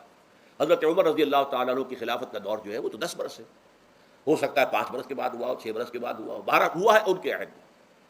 حضرت عمر ایک مرتبہ مسجد میں داخل ہوئے، مسجد نبوی میں، تو دیکھا کہ کچھ لوگ 8 10 12 جو ہے وہ ایک جو ہے حافظ کے پیچھے کھڑے ہوئے اور قرآن سن رہے ہیں، کچھ دوسرے کونے میں کھڑے ہیں، کچھ کہیں اور کھڑے ہیں، مختلف جماعتیں ہو رہی ہیں. تو انہوں نے سوچا کہ کیوں نہ ان سب کو ایک امام کے پیچھے جمع کر دیا جائے، اور اس کے لیے لوگوں کی سہولت کے لیے عشاء کے ساتھ متصل رکھ دیا جائے. اس لیے کہ تہجد کے وقت اٹھنا جو ہے وہ تو ہر کس و ناقص کا کام نہیں ہے، کہ عشاء کے بعد اگر تھوڑا سا اضافی وقت ہو صرف، تو یہ ہر شخص کر لے گا، مزدور بھی کر لے گا. لہذا آپ نے یہ نظام تجویز فرمایا کہ عشاء کے متصلاً بعد 20 رکعت نماز پڑھی جائے اور ایک امام کے پیچھے پڑھی جائے. یہ گویا کہ اجتہاد ہے حضرت عمر رضی اللہ تعالی عنہ. اس کو آپ نے خود بدعت بھی قرار دیا ہے، لیکن بدعت حسنہ. بدعت کس اعتبار سے؟ لغوی اعتبار سے، نئی بات، اس لیے کہ حضور کے زمانے میں نہیں تھی، تو یہ اس طریقے سے ایک نئی بات ہے. لیکن یہ بات کیونکہ بہت اچھی ہے، بہت عمدہ ہے. آپ جب یہ نظام چل پڑا تو ایک دن مسجد میں آئے، دیکھا کہ بڑی بھری مسجد ہے، صحابہ کھڑے ہیں اور ایک امام کے پیچھے قرآن سن رہے ہیں. آپ نے فرمایا نعم البدعۃ ھذہ، یہ جو ہم نے نئی بات شروع کی ہے یہ بہت اچھی ہے، بہت عمدہ ہے. اب یہاں سے فرق واقع ہو گیا ہے. ایک تو اہل تشیع جو ہے وہ تو ویسے ہی حضرت عمر سے بہت دشمنی رکھتے ہیں، عناد رکھتے ہیں. تو حضرت عمر کے اجتہادات سے انہیں نفرت ہے، انہیں دوری ہے، چاہے وہ کوئی سا بھی حضرت عمر کا اجتہاد ہو۔ ہمارے ہاں اہل حدیث حضرات بھی در حقیقت حضرت عمر یا کسی اور خلیفہ راشد کے فعل کو وہ سمجھتے ہیں کہ یہ ایگزیکٹو آرڈرز ہیں، یہ ہمیشہ کے لیے نہیں ہے۔ حضرت عمر نے اپنے دور میں ایک نظام قائم کیا، ان کے دور کے لیے ٹھیک تھا، یہ ہمیشہ کے لیے نہیں۔ ہمیشہ کے لیے وہ 8 ہی رکعتوں کے قائل ہیں، وہ تہجد والے، لیکن اس میں بہرحال انہوں نے بھی خود یہ اضافہ کیا ہے کہ وہ 8 رکعتیں وہ عشاء کے ساتھ متصل پڑھتے ہیں، تہجد کے وقت تو نہیں پڑھتے۔ اور حضور نے تو صرف 3 روز جو ہے وہ کرائی تھی جماعت، وہ لوگ 30 دن یا 29 دن پڑھ رہے ہیں، تو اضافہ تو انہوں نے بھی کر دیا، وہ نظام میں تبدیلی تو ہو گئی۔ لیکن اہل سنت جو کہلاتے ہیں، ہمارے جو 4 جو ہیں، جو ہمارے مسلک ہیں، حنفی، مالکی، شافعی، حنبلی، ان کا اتفاق ہے اس پر حضرت عمر کا، کیونکہ ان کے سامنے اصول یہ ہے کہ حضور نے فرمایا علیکم بسنتی وسنت الخلفاء الراشدین المہدیین، تم پر لازم ہے کہ میری سنت کو پکڑو مضبوطی کے ساتھ، اور میرے خلفائے راشدین مہدیین جو ہیں ان کی سنت کو پکڑو۔ اس اصول سے یہ چاروں فقہیں جو ہیں حضرت عمر کے اجتہادات جو ہیں ان کو بھی پابندی سمجھتے ہیں کہ تمام عمر کے لیے، قیامت تک کے لیے امت مسلمہ پر ان کی پیروی لازم ہے، لہذا اس میں اجماع ہے۔ اور یہاں تک کہ یہ سب سے آخری جو اس میں مسلک پیدا ہوا ہے زمانی اعتبار سے، سب سے پہلے مسلک جو ہے حنفی پیدا ہوا ہے، پھر مالکی پیدا ہوا ہے، پھر شافعی پیدا ہوا ہے، اور پھر حنبلی آخری ہے۔ اور امام احمد ابن حنبل بہت بڑے محدث بھی ہیں، مسند احمد ابن حنبل جو ہے وہ بہت بڑی کتاب ہے، بہت اہم کتاب ہے، جامع کتاب ہے۔ تو ان کے ہاں بھی 20 رکعتیں ہیں، چنانچہ حرمین شریفین میں، سعودی عرب میں، مکے اور مدینہ منورہ میں جو نماز تراویح ہوتی ہے اس کی 20 رکعتیں ہیں، لیکن اہل حدیث حضرات جو ہیں وہ اس 8 کے اوپر اتفاق کرتے ہیں۔ بہرحال یہ ایک اختلاف ہے جو میں نے اس کا پس منظر بیان کر دیا، لیکن اس 20 رکعت نماز سے ادا کرنے سے، جو کہ زیادہ سے زیادہ 50 منٹ یا 1 گھنٹہ لگتا ہے، اس سے وہ قیام اللیل کا حق ادا نہیں ہوتا۔ قیام اللیل کا تو کچھ اور ہی تقاضا ہے۔ قیام کسے کہتے ہیں؟ یہ سورہ مزمل سے واضح ہوتا ہے، یا ایھا المزمل قم اللیل الا قلیلا نصفہ او انقص منہ قلیلا او زد علیہ ورتل القرآن ترتیلا۔ آدھی رات یا آدھی رات سے کچھ کم، یعنی تہائی رات، یا آدھی رات سے کچھ زائد، 2/3 رات، یہ ہے قیام اللیل۔ چنانچہ سورہ مزمل ہی کی آخری آیت جو دوسرا رکوع مشتمل ہے جس پر، اس میں صاف کہہ دیا گیا ان ربک یعلم انک تقوم ادنی من ثلثی اللیل ونصفہ وثلثہ وطائفۃ من الذین معک۔ اے اللہ کے نبی، اللہ خوب واقف ہے کہ آپ بھی اور آپ کے ساتھ ایک جماعت بھی رات کو کھڑی رہتی ہے، 2/3 رات یا آدھی رات یا 1/3 رات۔ تو یہ سارا معاملہ جو ہے قیام اللیل کا، گویا کہ کم سے کم 1/3 رات پر اس کا اطلاق ہو سکے گا، یہ نہیں کہ 1 گھنٹے۔ اور کس کے ضمن میں دیکھیے حدیث پڑھیے، تیسری حدیث ہے ان عبداللہ ابن عمرو بن العاص رضی اللہ تعالیٰ عنہ۔ یہ وہی عبداللہ ابن عمرو ہے جن کی میں نے آپ کو حدیث پہلے سنائی ہے۔ یہ ساری رات کھڑے رہتے تھے، پوری رات، اور ہر روز روزہ رکھتے تھے، جس پر حضور نے منع کیا، لا تفعل، مت کرو ایسا۔ رضی اللہ عنہما، یہ خود بھی صحابی ہیں اور ان کے والد عمرو بن العاص بھی صحابی ہیں۔ ان رسول اللہ صلی اللہ علیہ وسلم قال، کہ اللہ کے رسول صلی اللہ علیہ وسلم نے فرمایا الصیام والقرآن یشفعان للعبد، روزہ اور قرآن بندے کے حق میں شفاعت کریں گے۔ یقول الصیام، روزہ یہ عرض کرے گا اللہ کی جناب میں، اے رب پروردگار، انی منعتہ الطعام والشہوات بالنہار، میں نے تیرے اس بندے کو دن کے دوران کھانے پینے سے اور اپنی شہوت کا تقاضا پورا کرنے سے روکے رکھا، یہ میری وجہ سے روکا رہا، تو میری شفاعت اس کے حق میں قبول فرما، فشفعنی فیہ، میری شفاعت اس کے حق میں قبول فرما۔ ویقول القرآن، قرآن کیا کہے گا، منعتہ النوم باللیل، میں نے اسے رات کے وقت سونے سے، نیند سے روکے رکھا، فشفعنی فیہ، تو اس کے حق میں میری شفاعت قبول فرما۔ حضور فرماتے ہیں فیشفعان، ان دونوں کی شفاعت قبول کی جائے گی۔ یہ ہے قیام اللیل۔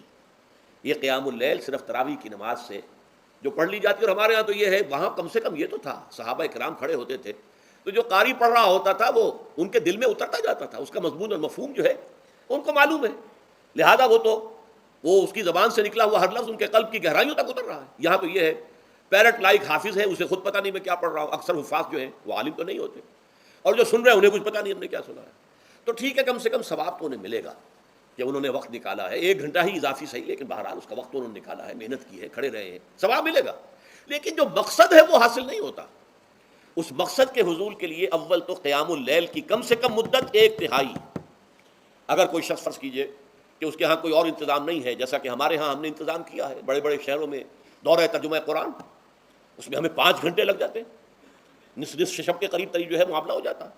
اس میں کیا ہوتا ہے کہ ہر 4 رکعت سے پہلے جو اس کے اندر پڑھا جانا ہے حصہ قرآن کا، اس کا پہلے ہم مطالعہ کرتے ہیں بیٹھ کر، ترجمہ اور کچھ موٹے موٹے نکات کی جو ہے وضاحت، پھر کھڑے ہو گئے اور قاری صاحب کے پیچھے 4 رکعتوں کے اندر وہ 4 رکوع یا جتنے بھی ہیں پڑھ لیے، سن لیے، پھر بیٹھ گئے 4 کے بعد پھر اگلی 4 رکعتوں کے اندر جو کچھ پڑھا جانے والا ہے اس کا ترجمہ، اس کی تفہیم ہو گئی، پھر کھڑے ہو گئے، پھر سن لیا۔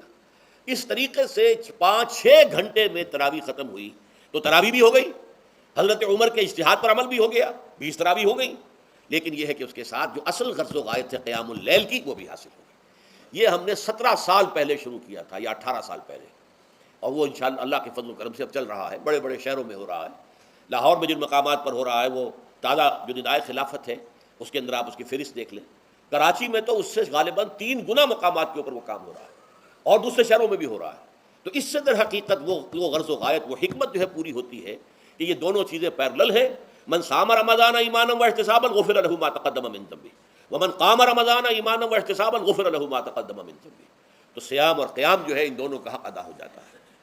تو یہ ہے شہر رمضان الذی انزل فیہ القرآن ھدی للناس وبینات من الھدی والفرقان فمن شہد منکم الشہر فلیصم ومن کان مریضا او علی سفر فعدۃ من ایام اخر یرید اللہ بکم اليسر ولا یرید بکم العسر وَلِتُكْمِلُوا الْعِدَّةَ وَلِتُكَبِّرُوا اللَّهَ عَلَىٰ مَا هَدَاكُمْ وَلَعَلَّكُمْ تَشْكُرُونَ۔ اب جو آخری لفظ ہے لَعَلَّكُمْ تَشْكُرُونَ، اب اس کی وضاحت سمجھیے۔ اور رمضان کے یہ 2 پروگرام جب پیرلل ہو جائیں گے، جب دونوں کی پابندی کی جائے گی تو اس کا حاصل کیا ہے؟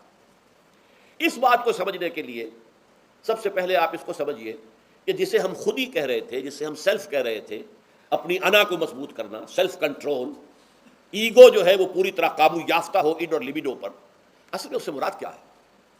اس پر میں نے تفصیل سے بحث کی ہے عظمت صوم نامی اپنے کتابچے میں۔ ویسے یہ ہے کہ وہ مشکل ہے، ذرا فلسفیانہ اس کا انداز ہے، لیکن یہ ہے کہ وہی باتیں آسان الفاظ میں، جو دوسرا کتابچہ ہے عظمت صیام و قیام رمضان مبارک، وہ آسان ہے، اگرچہ یہ دونوں بہت ہی محدود تعداد میں ہمارے پاس ہیں، لیکن یہ کہ میں نے ذکر کر دیا، جو حضرات لینا چاہیں وہ لے لیں۔ لیکن یہ ہے کہ اس میں اصل پس منظر کیا ہے؟ دیکھیے ہمارا جو وجود ہے انسان کا، یہ کمپوزٹ ہے، مرکب ہے۔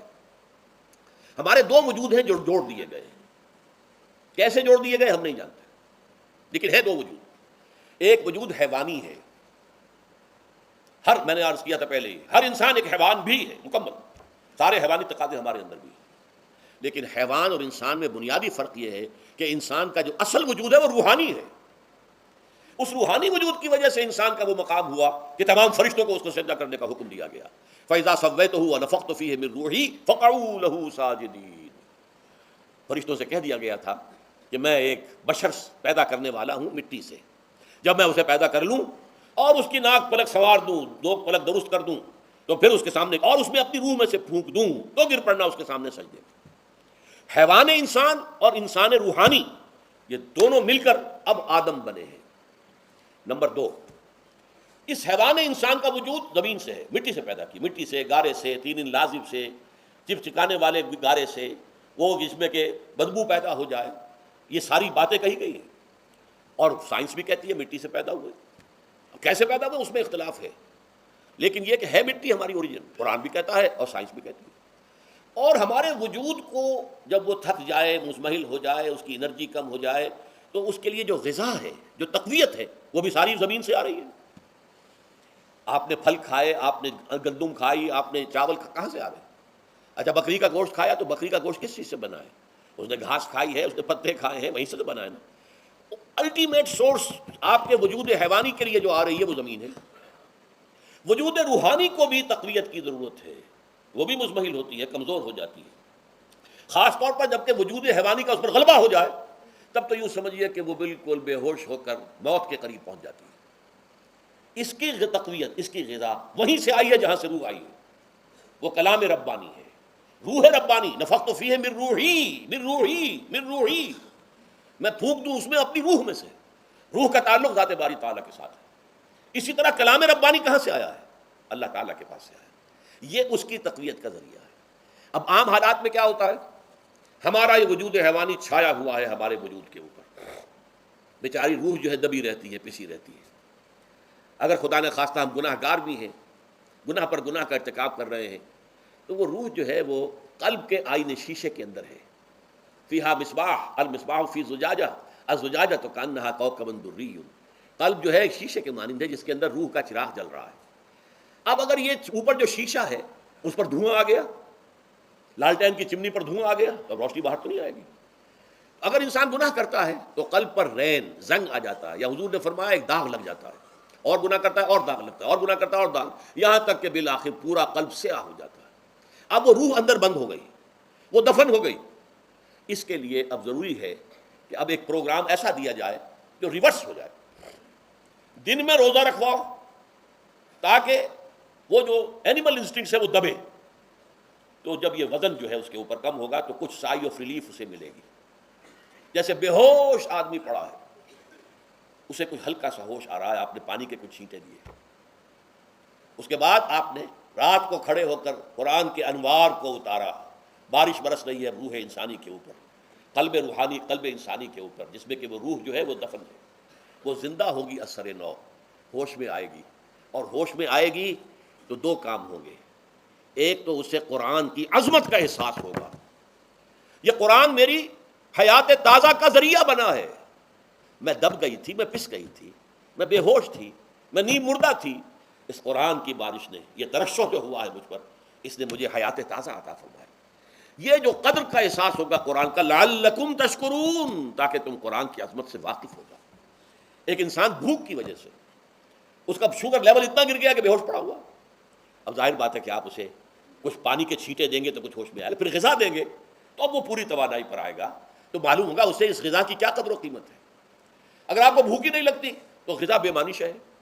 پیاس ہی نہ لگے تو آپ کو کیا معلوم کہ اس پانی کے اندر کتنی بڑی عظمت ہے، یہ میرے لیے کتنا بڑا انعام و احسان ہے اللہ کا. وہ تو پیاس پر، جان پر بنی ہوئی ہو، اور پیاس اس وقت آپ کو ایک گھونٹ پانی کوئی دے دے تو آپ کو معلوم ہوگا دنیا و مافیہ سے بڑھ کر ہے یہ ایک گھونٹ پانی جو مجھے ملا ہے. اسی طرح جب روح دبی ہوئی تھی حیوانی وجود کے بوجھ تلے، جبکہ وہ نیم خوابیدہ یا نیم بے ہوش یا بالکل بے ہوش تھی، وہ دن میں تو روزہ رکھ کر اس پر سے حیوانی وجود کا وزن کم کیا گیا، اسے ایک ریلیف ملی. رات کو قرآن مجید کے انوار و برکات اس میں جذب کیے گئے تو اس کو پوری توانائی حاصل ہوئی. اس پوری توانائی کا پہلا نتیجہ تشکر، قرآن کا شکر. الحمدللہ الذی انزل علی عبدہ الکتاب ولم یجعل لہ عوجا. پھر وہ قلب کی گہرائیوں سے نکلے گا. سارا شکر اس اللہ کے لیے جس نے اپنے بندے پر صلی اللہ علیہ وسلم کتاب نازل کی اور اس میں کوئی کجی نہیں رکھی، کسی طرح کی ایچ پیچ نہیں. یا تبارک الذی نزل الفرقان علی عبدہ لیکون للعالمین نصیرا. بڑی بابرکت ہے وہ ذات جس نے اپنے بندے پر فرقان نازل فرمایا تاکہ وہ تمام جہان والوں کے لیے نذیر اور خبردار کرنے والا بن جائے. یہ قرآن کی عظمت کا احساس. اور ظاہر بات ہے جس قدر کسی نعمت کی قدر و قیمت کا احساس ہوگا اسی قدر تو آپ شکر ادا کریں گے.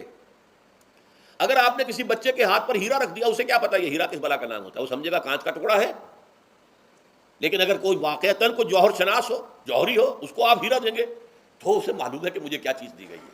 اس کے اندر جو شکر پیدا ہوگا وہ اس بچے کے اندر تو نہیں پیدا ہو سکتا جسے معلوم ہی نہیں.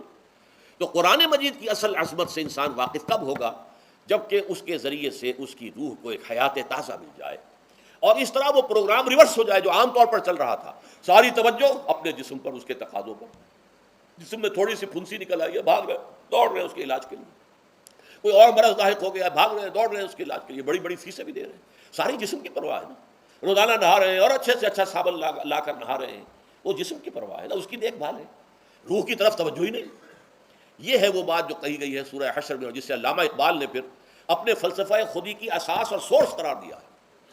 وَلَا تَكُونُوا كَالَّذِينَ نَسُوا اللَّهَ فَأَنسَاهُمْ أَنفُسَهُمْ أُولَٰئِكَ هُمُ الْفَاسِقُونَ. دیکھو اے مسلمانوں، ان لوگوں کے مانند نہ ہو جانا جنہوں نے اللہ کو بھلا دیا تو اللہ نے انہیں اپنے آپ سے غافل کر دیا، اور یہی لوگ فاسق و فاجر ہیں. یہ سوال پیدا ہوتا ہے کہ انسان اپنے آپ سے کہاں غافل ہوتا ہے؟ کیا اپنے وجود حیوانی سے غافل ہوتا ہے؟ کیا بھوک لگتی ہے تو وہ ادھر ادھر منہ نہیں مارتا، غذا کو حاصل کرنے کے لیے کوشش نہیں کرتا؟ پیاس لگتی ہے تو کیا پانی یا کوئی اور مشروب تلاش نہیں کرتا؟ کوئی بیماری لاحق ہوتی ہے تو کیا اس کے علاج کی طرف توجہ نہیں کرتا؟ اسے آرام کی حاجت ہوتی ہے تو آرام نہیں لیتا؟ اپنے اس وجود سے تو غافل نہیں. کون سے وجود سے غافل ہوا ہے؟ وہ روحانی وجود سے غافل ہے. بھول گیا کہ میرے اندر روحانی وجود بھی ہے اور اس کا تعلق ذات باری تعالیٰ کے ساتھ ہے. اس نے سمجھا کہ میں بس حیوان ہوں، نرا حیوان ہوں، اپنے اس وجود کی اصل حقیقت ہی سے بے خبر، غافل. چنانچہ آج کے دور کا سب سے بڑا المیہ کیا ہے؟ ڈاروین کے نظریے کے جو اثرات پیدا ہوئے ہماری معاشرت پر، ہماری سوچ پر، ہمارے فکر پر، ہمارے فلسفے پر، ہماری سوشولوجی پر، وہ کیا ہے کہ ہم بھی نرے حیوان ہیں. اللہ اللہ خیر صلی اللہ. یہ سب سے بڑی محرومی ہے اس دور کی کہ انسان اپنے اصل شرف سے خود ہی مستعفی ہو گیا. ہمارا کوئی وجود ہے ہی نہیں روحانی وغیرہ. روح کسے کہتے ہیں ہم نہیں جانتے، بس یہ جسم ہے. ہم اللہ کو نہیں جانتے کون ہے کون نہیں ہے ہوگا، ہم تو اس کائنات کو جانتے ہیں. ہم روح سے واقف نہیں، ہم تو اپنے جسم کو واقف ہیں. آخرت واخرت سے ہمیں کچھ پتہ نہیں، شاید ہو شاید نہ ہو، کچھ پتہ نہیں، لیکن یہ زندگی تو ہے، اسے ہم جانتے ہیں. یہ ہے آج کے انسان کا سب سے بڑا المیہ، اور یہ ہے ماس اسکیل کے اوپر ارتداد، ذہنی طور پر مرتد ہو چکے ہیں انسانوں کی عظیم اکثریت مرتد ہو چکی ہے. یہ ہے در حقیقت کہ روزہ جو ہے اس پروگرام کو آ کر ریورس کرتا ہے. دن میں کھانے پینے، جنسی تقاضے پر پابندی، وہ وجود حیوانی کا وزن کچھ کم ہوا، روح جو دبی ہوئی تھی یا سسک رہی تھی یا بے ہوش تھی یا مردہ تھی، اسے کچھ ریلیف ملا. اب اس کے اوپر قرآن مجید کے تیرے ضمیر پہ جب تک نہ ہو نزول کتاب، گرہ کشاہ نہ رازی نہ صاحب کشاف، ہمارے دلوں کے اوپر بارش ہو رہی ہو انوار قرآنی کی. وہ ظاہر بات ہے کہ بغیر سمجھے تو نہیں ہوگی بارش، وہ تو آپ کو سمجھ رہے ہوں گے تو بارش ہوگی، ورنہ تو یہ ہے کہ ٹھیک ہے میں پہلے بھی عرض کر چکا ہوں آپ کو ثواب تو ملے گا، لیکن یہ ہے کہ وہ اصل مقصد قرآن کی عظمت کا قلب کی گہرائیوں سے اعتراف جو ہے، اور اس پر اللہ کا شکر تو ادا ہوگا لعلکم تشکرون، جبکہ قرآن مجید جو ہے آپ کے قلب کے اوپر نازل ہے، اس کا مفہوم نازل ہے. اچھا، اس کا دوسرا نتیجہ کیا نکلتا ہے؟ جب وہ روح جو ہے وہ ہوش میں آئے گی، اس کو حیات تازہ مل گئی، وہ اپنے اصل مرکز اور منبع اور سرچشمہ کی طرف جو ہے متوجہ ہوگی. عربی زبان کا ایک مقولہ ہے، کل شیء یرجع الی اصلہ، ہر شے اپنی اصل جڑ کی طرف جو ہے لوٹتی ہے. ہمارا وجود حیوانی زمین سے زمینی کی طرف لوٹتا ہے، یعنی مرنے کے بعد زمینی میں چلا جائے گا. اور نمبر دو، دنیا میں بھی زمینی خواہشات، زمینی تمنائیں، آرزوئیں وہ ہیں، ولکنہ اخلد الی الارض، جیسے کہ سورہ وہ کہا گیا ہے بلعام بن باعورہ کے بارے میں سورہ اعراف میں، وہ تو زمین ہی کی طرف دھنستا چلا گیا. ہماری روح کا منبع اور سرچشمہ ذات باری تعالیٰ ہے، وہ امر رب ہے، لہذا فوراً انسان اپنے رب کی طرف متوجہ ہوتا ہے. یہ اللہ کی طرف متوجہ ہو جانا اور پھر اس سے ہم کلام ہونا اور اس سے دعا کرنا، یہ ہے روزے کا اصل مقصد. جب صیام اور قیام رمضان مبارک کا دوہرا پروگرام ہوگا تو روح انسانی یا انسان کا حیوانی وجود اپنے مرکز کی طرف مائل پرواز تھا. حسن، اس کو کہہ لیجئے اپنے مرکز کی طرف مائل پرواز ہے. روح ہر شے اپنے اصل کی طرف لوٹتی ہے، لہذا یہ اللہ کی طرف متوجہ ہوگی. یہ اللہ تعالیٰ کی طرف متوجہ ہونے کا معاملہ دنیا میں رہا ہے کہ لوگ کہیں جنگلوں میں جا کر تپسیاں کر کے، غاروں میں بیٹھ کے، بڑی بڑی ریاضتیں کر کے کیا چاہتے تھے؟ مجھ کو ہے تیری جستجو، مجھ کو تیری تلاش ہے، خالق میرے کہاں ہے تو، مجھ کو تیری تلاش ہے. میں نے یہ نظم جو ہے تقریباً 6 سال جو ہے ہر روز صبح، ہمارا جو ہائی اسکول تھا اس میں جو صبح پریئر ہوتی تھی، لوگ سب جمع ہوتے تھے، پورا اسکول جو ہے اس کے ہمارے طلبا، تو یہ نظم جو ہے پڑھی جاتی تھی. مجھ کو ہے تیری جستجو، مجھ کو تیری تلاش ہے، خالق میرے کہاں ہے تو، مجھ کو تیری تلاش ہے. روح انسانی چاہتی ہے اللہ کا تقرب، اللہ کے قریب ہونا، اللہ سے رشتہ استوار کرنا. یہ وجود حیوانی حائل ہے اس کے راستے میں، یہ حیات دنیاوی اس کے لیے پنجرا بن گئی ہے. اس روح کے لیے یہ ایک ادر حقیقت قید خانہ ہے، جیسے کہ حضور نے فرمایا کہ دنیا سجن المومن و جنت الکافر، مومن کے حق میں یہ دنیا قید خانہ ہے. اس کی روح جو ہے یہاں آ کر اس جسد حیوانی کے اندر جو ہے وہ دفن ہو گئی ہے، قید خانہ ہے، اس پنجرے میں بند ہو گئی. تو لیکن وہ کافر کے لیے یہی باغ و بہار ہے، یہیں پر عیش کرنے ہیں، یہیں پر بدے لوٹنے ہیں. تو اس سے در حقیقت ریلیف ملتا ہے، تو انسان متوجہ ہوتا ہے اللہ کی طرف اور دعا کرتا ہے، اللہ سے ہم کلام ہوتا ہے. یہ ہے در حقیقت روزے اور رمضان کا جو دوسرا نتیجہ نکلتا ہے اور بلند ترین نتیجہ ہے. اس کا ذکر ہے آیت نمبر 4 میں. اور یہ کہ بہت سے لوگ ایسے ہیں جو قرآن مجید میں نظم کے بہت قائل ہیں، لیکن میں حیران ہوں کہ اس نظم کے اندر اس کے ربط اور رشتے کو وہ تلاش کرنے سے قاصر رہے. وَإِذَا سَأَلَكَ عِبَادِي عَنِّي فَإِنِّي قَرِيبٌ، جب روح بیدار ہو جائے گی، اسے حیات تازہ ملے گی، تو اے نبی میرے بندے جب آپ سے پوچھیں میرے بارے میں، وہ میرا تقرب چاہتے ہیں، میرا قرب چاہتے ہیں، وہ چاہتے ہیں مجھ سے ہم کلام ہونا، وہ چاہتے ہیں کہ مجھے ان کے ساتھ، ان کو میرے ساتھ ایک نسبت مل جائے. وَإِذَا سَأَلَكَ عِبَادِي عَنِّي فَإِنِّي قَرِيبٌ، انہیں بتا دیجیے میں قریب ہی ہوں، میں دور نہیں ہوں. اور آیا ہے سورہ قاف میں نحن اقرب الیہ من حبل الورید، جو شہ رگ ہے انسان کی اس سے بھی زیادہ قریب ہوں میں اس سے. نوٹ کیجئے کیسے، اس کی روح کا تعلق میری ذات کے ساتھ ہے براہ راست.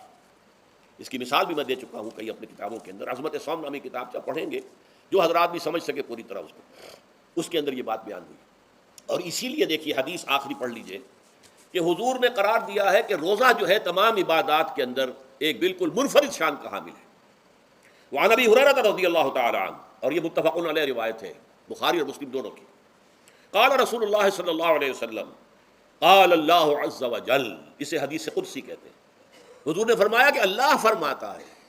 تو یہ حدیث بھی ہو گئی کہ حضور نے ہمیں بتائی، اور حدیث قدسی ہو گئی کہ اللہ کا قول ہے جو حضور نقل کر رہے ہیں.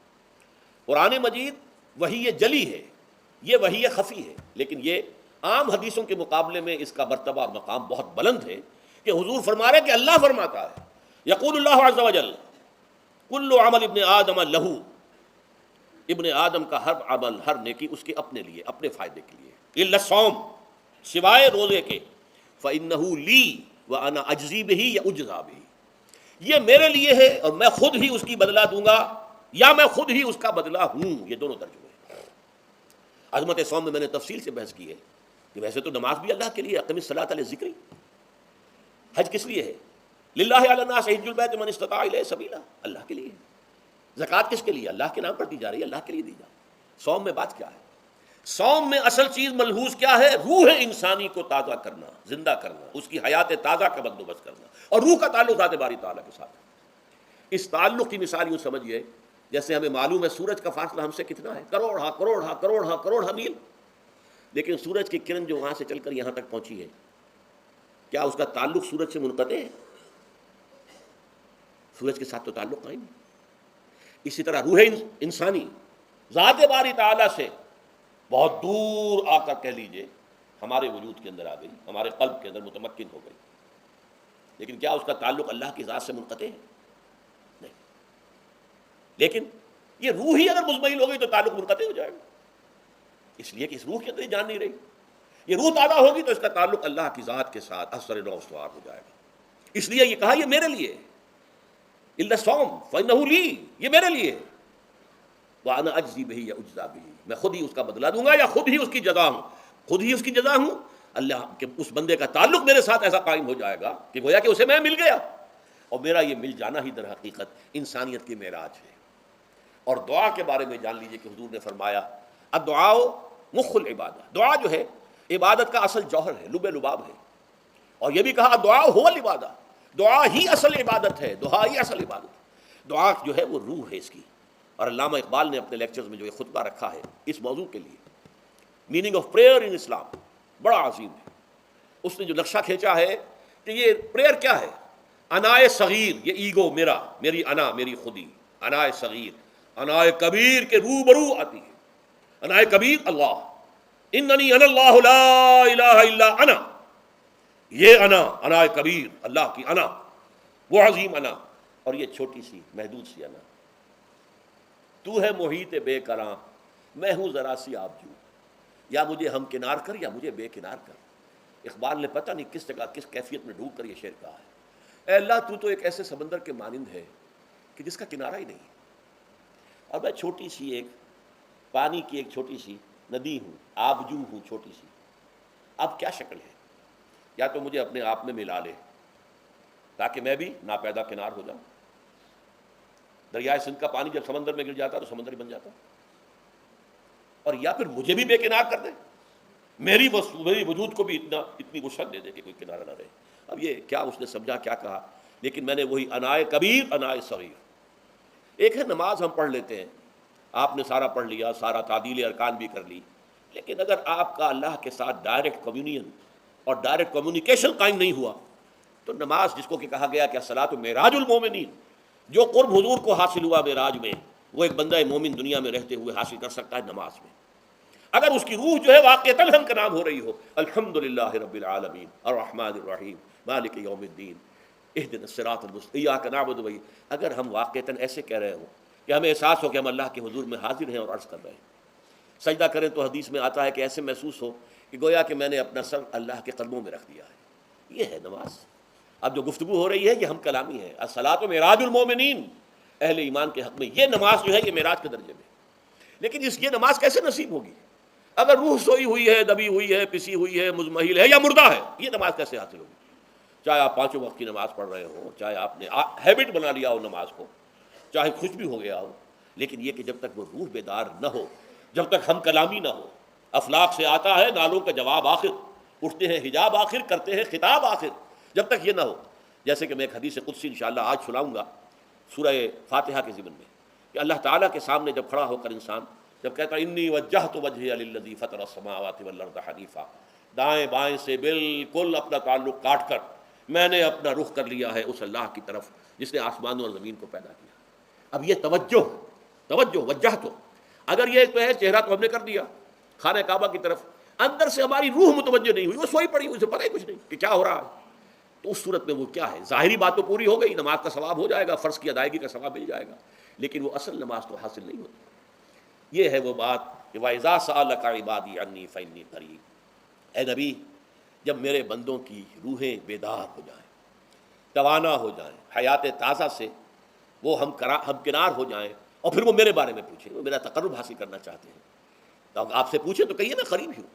اجیب دعوت الداع اذا دعان، یہ ہے وہ دعا، میں ہر پکارنے والے کی پکار، ہر دعا کرنے والے کی دعا کو سنتا ہوں، قبول کرتا ہوں، جواب دیتا ہوں جہاں کہیں بھی مجھے پکارے۔ اذا دعان، اس میں در حقیقت وہ مفہوم آ گیا ہے there and then wherever، آپ اپنے گھر میں ہو کر پکاریں اللہ کو، آپ بستر پر لیٹے ہوئے پکاریں اللہ کو، الذین یذکرون اللہ قیاما وقعودا وعلی جنوبہم، ہاں ٹھیک ہے بعض مقامات بعض اوقات قبول دعا کے لیے زیادہ سازگار ہیں، حرم میں جا کر دعا مانگی جائے، اور منا میں عرفات میں خاص طور پر، جبل رحمت پر خاص طور پر، ملتزم جو ہے کعبے کا اس پر خاص طور پر، وہ ایام بھی ہے خاص، لیکن یہ نہیں ہے کہ بقیہ دنوں میں آپ کے اور اللہ کے درمیان کو بڑا فاصلہ ہے۔ یہ سارا دنیا میں مشرکانہ نظاموں نے تصور پیدا کیا، اللہ تو دور ہے دور ہے دور ہے دور ہے، پاک ہے پاک ہے پاک، تم ناپاک ہو ناپاک ہو ناپاک ہو، اور تم تو بڑی پستی میں پڑے ہو، تم اللہ سے براہ راست ہم کلام نہیں ہو سکتے۔ کوئی درمیانی چاہیے، کوئی لنکس چاہیے، کوئی پجاری ہوگا، کوئی پروہت ہوگا، کوئی پنڈت ہوگا، کوئی پیر ہوگا، کوئی پادری ہوگا، کوئی پوپ ہوگا، اس کے ذریعے سے تم اللہ سے ہم کلام ہو، خود نہیں۔ اور جب ذریعے بیچ میں آ گئے تو ان کی مٹھی گرم کرو، ان کی چاپلوسی کرو، ان کو بھی جو ہے چادریں چڑھاؤ، ان کو نذرانے پیش کرو۔ یہ ہے بدترین ایکسپلائٹیشن جو مذہب کے ذریعے سے نوع انسانی کی ہوئی ہے۔ یہ دو ایکسپلائٹیشن دنیا میں ہوئی ہے تاریخ انسانی میں، ایک بادشاہوں کی طرف سے خراج دو ہمیں، محنت تم کرو گے کھیت میں، آدھا حصہ ہمارے پاس آئے گا، ہم عیش کریں گے، ہم اسٹینڈنگ آرمیز رکھیں گے تاکہ ذرا تم بغاوت کرو تو تمہارا سر کچل دیا جائے۔ یہ ایکسپلائٹیشن بدترین، مانگنے والا گدھا ہے، صدقہ مانگے یا خراج۔ دوسری طرف ہم بادشاہ ہیں، ہم چنگر بنسی سورج بنسی خاندان ہیں، ہم راجپوت ہیں، حکومت کرنا ہمارا حق ہے، اور یہ پنڈت پروہت جو ہے وہ بھی کہیں گے کہ ٹھیک ہے نصف لی و نصف لک وہذا قوم جاہلون، یہ عوام جو ہے ان کا خون چوسو، ہمیں یہ نذرانے پیش کریں، بتوں کو آ کے چڑھاوے چڑھائیں اور تمہیں خراج دیں اور ٹیکس دیں۔ They are to be exploited, exploit ہو رہا ہے۔ اسلام نے آ کر دونوں کا خاتمہ کیا، کوئی ملوکیت نہیں۔ زکوٰۃ ہے تو غربا کے لیے، بادشاہ کے لیے نہیں ہے، یہ تو غربا کے لیے، لہذا کوئی ٹیکس نہیں۔ نمبر دو، اللہ سے ہم کلام ہونے کے لیے کسی دربان، کسی جو ہے پہرے دار کی مٹھی گرم کرنے کی ضرورت نہیں، جب چاہو ہم کلام ہو جاؤ۔ دل کے آئینے میں ہے تصویر یار، جب ذرا گردن جھکائی دیکھ لی۔ یہ تو تم ہماری طرف متوجہ نہیں ہوتے، ہم تو ہر وقت کہتے ہیں، ہر شب کو آخری لمحات جو ہیں، آخری جو گھنٹے ہیں رات کے، سمائے دنیا تک ہم نزول فرما لیتے ہیں تمہارے لیے، اور پکارنے والا پکارتا ہے، حل من مستغفر فاغفر له، ہے کوئی استغفار کرنے والا کہ میں اسے بخش دوں، حل من سائل فاعطیہ، ہے کوئی مانگنے والا کہ میں اسے عطا کروں۔ تم ہی سوئے رہتے ہو، الٹا غفیر رہتے ہو، تمہیں ہماری طرف توجہ نہیں ہے۔ اگر ہماری طرف متوجہ ہو جاؤ تو جیسے کہ اقبال نے کہا کہ میرے لیے یہ دربان جو ہے، پیران کلیسا کو کلیسا سے اٹھا دو، کیوں خالق و مخلوق میں حائل رہے پردے۔ اور یہ میں نے کئی مرتبہ بیان کیا ہے، ہمارے ہاں وہ پی جو جماعت بنی تھی ایک، اب اس میں 2 پی اور ایڈ ہو گئی ہیں، پی پھر وہ پیٹریٹ، اور اس سے آئے اپنی پہلے پارلیمنٹیرین کی پی آ گئی اور پھر پیٹریٹ کی آ گئی، 5 پیس ہو گئی۔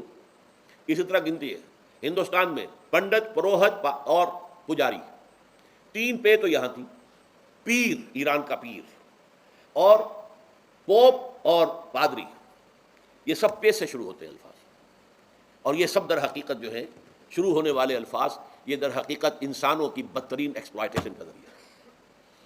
وَإِذَا سَأَلَكَ عِبَادِي عَنِّي فَإِنِّي قَرِيبٌ أُجِيبُ دَعْوَةَ الدَّاعِ إِذَا دَعَانِ فَلْيَسْتَجِيبُوا لِي۔ ہاں ایک تقاضا ہے، پھر اس سے پہلے یہ بات سمجھ لیجئے، میں اس آیت کو میگنا کارٹا جسے کہا جاتا ہے حقوق انسانی کا سب سے بڑا چارٹر، میں اس سے کہیں بڑا چارٹر قرار دیتا ہوں۔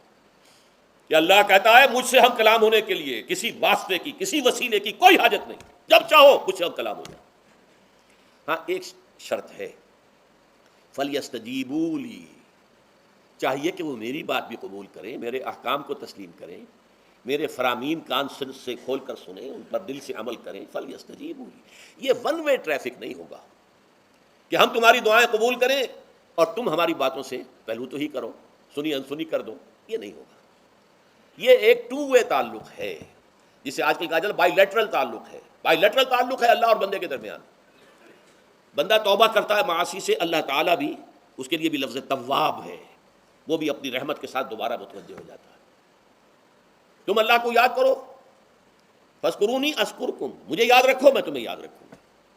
ان تنصروا اللہ ینصرکم، اگر تم اللہ کی مدد کرو گے اللہ تمہاری مدد کرے گا۔ یہ ہے دو طرفہ معاملہ۔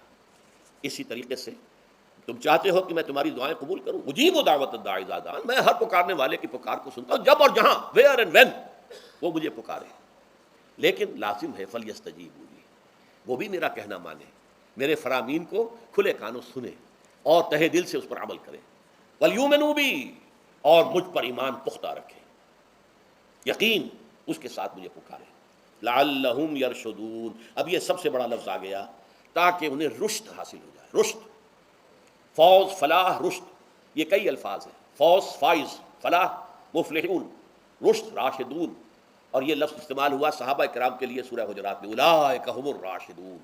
تو گویا کہ یہ بلند ترین منزل ہے انسان کے لیے، اگر اس کا یہ تعلق اللہ کے ساتھ قائم ہو جائے، دعا کا ہم کلام ہونے کا رشتہ اس کا قبول مجھ مل جائے۔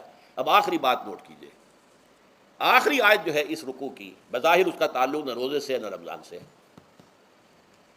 عقل حلال عقل حرام سے روکا گیا ہے۔ وَلَا تَأْكُلُوا أَمْوَالَكُمْ بَيْنَكُمْ بِالْبَاطِلِ، اور دیکھو اپنے مال آپس میں باطل طریقوں سے مت کھاؤ، وَتُدْلُوا بِهَا إِلَى الْحُكَامِ، اور نہ ہی اپنے مالوں کے ذریعے سے حکام تک پہنچو، لِتَأْكُلُوا فَرِيقًا مِنْ أَمْوَالِ النَّاسِ بِالْإِثْمِ، کہ تم لوگوں میں سے کسی کا مال گناہ کے ساتھ ناجائز طور سے ہڑپ کر جاؤ، رشوت دے کر، اور اپنے حق میں کوئی غلط فیصلہ کروا لو، وَأَنْتُمْ تَعْلَمُونَ، جانتے بوجھتے یہ کام نہ کرو۔ بظاہر تو نہ روزے سے تعلق ہے نہ رمضان سے، پھر اس رکوع میں کیسے آ گئے؟ بڑا گہرا تعلق ہے، اول و آخر کا تعلق ہے۔ پہلی آیت میں مجرد رمضان روزے کی جو فضیلت بیان کی گئی تھی یا حکمت، آیت کیا تھی؟ تقویٰ۔ یہ تقویٰ کا معیار ہے۔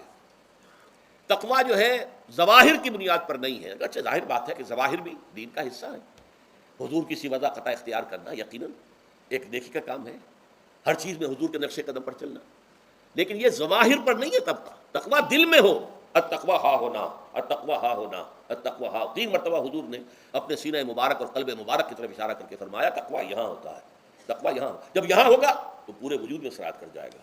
لیکن اس میں اہم ترین بات کیا ہے؟ عقل حلال، جو مشکل ترین کام ہے، حرام کا لقمہ نہ آئے، ورنہ جیسے کہ کہا گیا ہے دعا کے بہترین مقام پر پہنچ گئے ہو، حرم کعبہ، کعبہ کے ملتزم کے ساتھ چمٹے ہوئے ہو اور دعائیں کر رہے ہو، اب اس سے زیادہ دعا کی قبولیت کا کون سا وقت ہوگا؟ یا آپ کھڑے ہو گئے جبل رحمت کے اوپر سب سے اونچے مقام پر جا کر، اور آپ نے 2 گھنٹے سے ہاتھ اٹھائے ہوئے ہیں، اللہ اے اللہ یا رب یا رب، لیکن حضور نے فرمایا کہ ایسے بہت سے لوگ ہیں، رجل یطیل السفر اشخص اغبرا، ایک شخص ہے سفر کی وجہ سے بہت لمبا سفر کر کے دربادہ تھکا بادا ہے، اور اس کا وہ احرام جو ہے وہ بھی میلا کچیلا ہو چکا ہے۔ ظاہر بات ہے آج کی بات نہیں ہو رہی ہے، جبکہ آپ 4 گھنٹے میں تو پہنچ گئے جدہ، اور پھر 2 گھنٹے میں مکہ پہنچ گئے، اور جا کر 2 گھنٹے میں آپ نے جو ہے عمرہ کیا اور بات چھٹی، احرام کھل گیا۔ تو اس میں کہاں وہ احرام میلا ہوگا اور کہاں آپ کا بیل کچیل ہوگا اور کہاں آپ کے جسموں سے جو ہے پسینوں کی بو آئے گی؟ نہیں۔ لیکن جو یہ سب کرتے تھے اور پھر کعبے سے ملتزم سے چمٹ کر دعا کرتے تھے، یا رب یا رب، یمد یدیہ الی السماء، وہ ہاتھ اٹھاتا ہے آسمان کی طرف، یا رب یا رب، وَأَنَّا يُسْتَجَابُ لِذَلِكَ، اور اس شخص کی دعا کیسے قبول ہو؟ وَمَطْعَمُهُ حرام، اس کے پیٹ میں جو غذا پڑی ہوئی ہے وہ حرام سے، ملبسہ حرام، اس کا لباس جو اس نے پہنا ہوا ہے چاہے وہ احرام ہی ہے وہ حرام کے پیسے سے کمایا گیا تھا، وغذی بالحرام، اور اس کا پورا جسم جو ہے جس غذا سے یہ تن و توش تیار ہوا ہے وہ حرام کی غذا، ایسے آدمی کی دعا وہاں پہنچ کر بھی قبول نہیں ہوتی۔ لہذا تقویٰ کا اصل معیار عقل حلال، روزی حلال کی، اگر یہ نہیں ہے تو آپ نے متقیوں کی شکل بنا لی اور بہت ہی آپ نے اپنے ظاہر کو جو ہے بہت آراستہ پیراستہ کر لیا سنت رسول سے، لیکن اللہ کی نگاہوں میں اس کی کوئی قدر و قیمت نہیں ہوگی جب تک کہ آپ کا رزق حلال کرنا۔ بارک اللہ لی ولکم فی القرآن العظیم ونفعنی وإیاکم بالآیات۔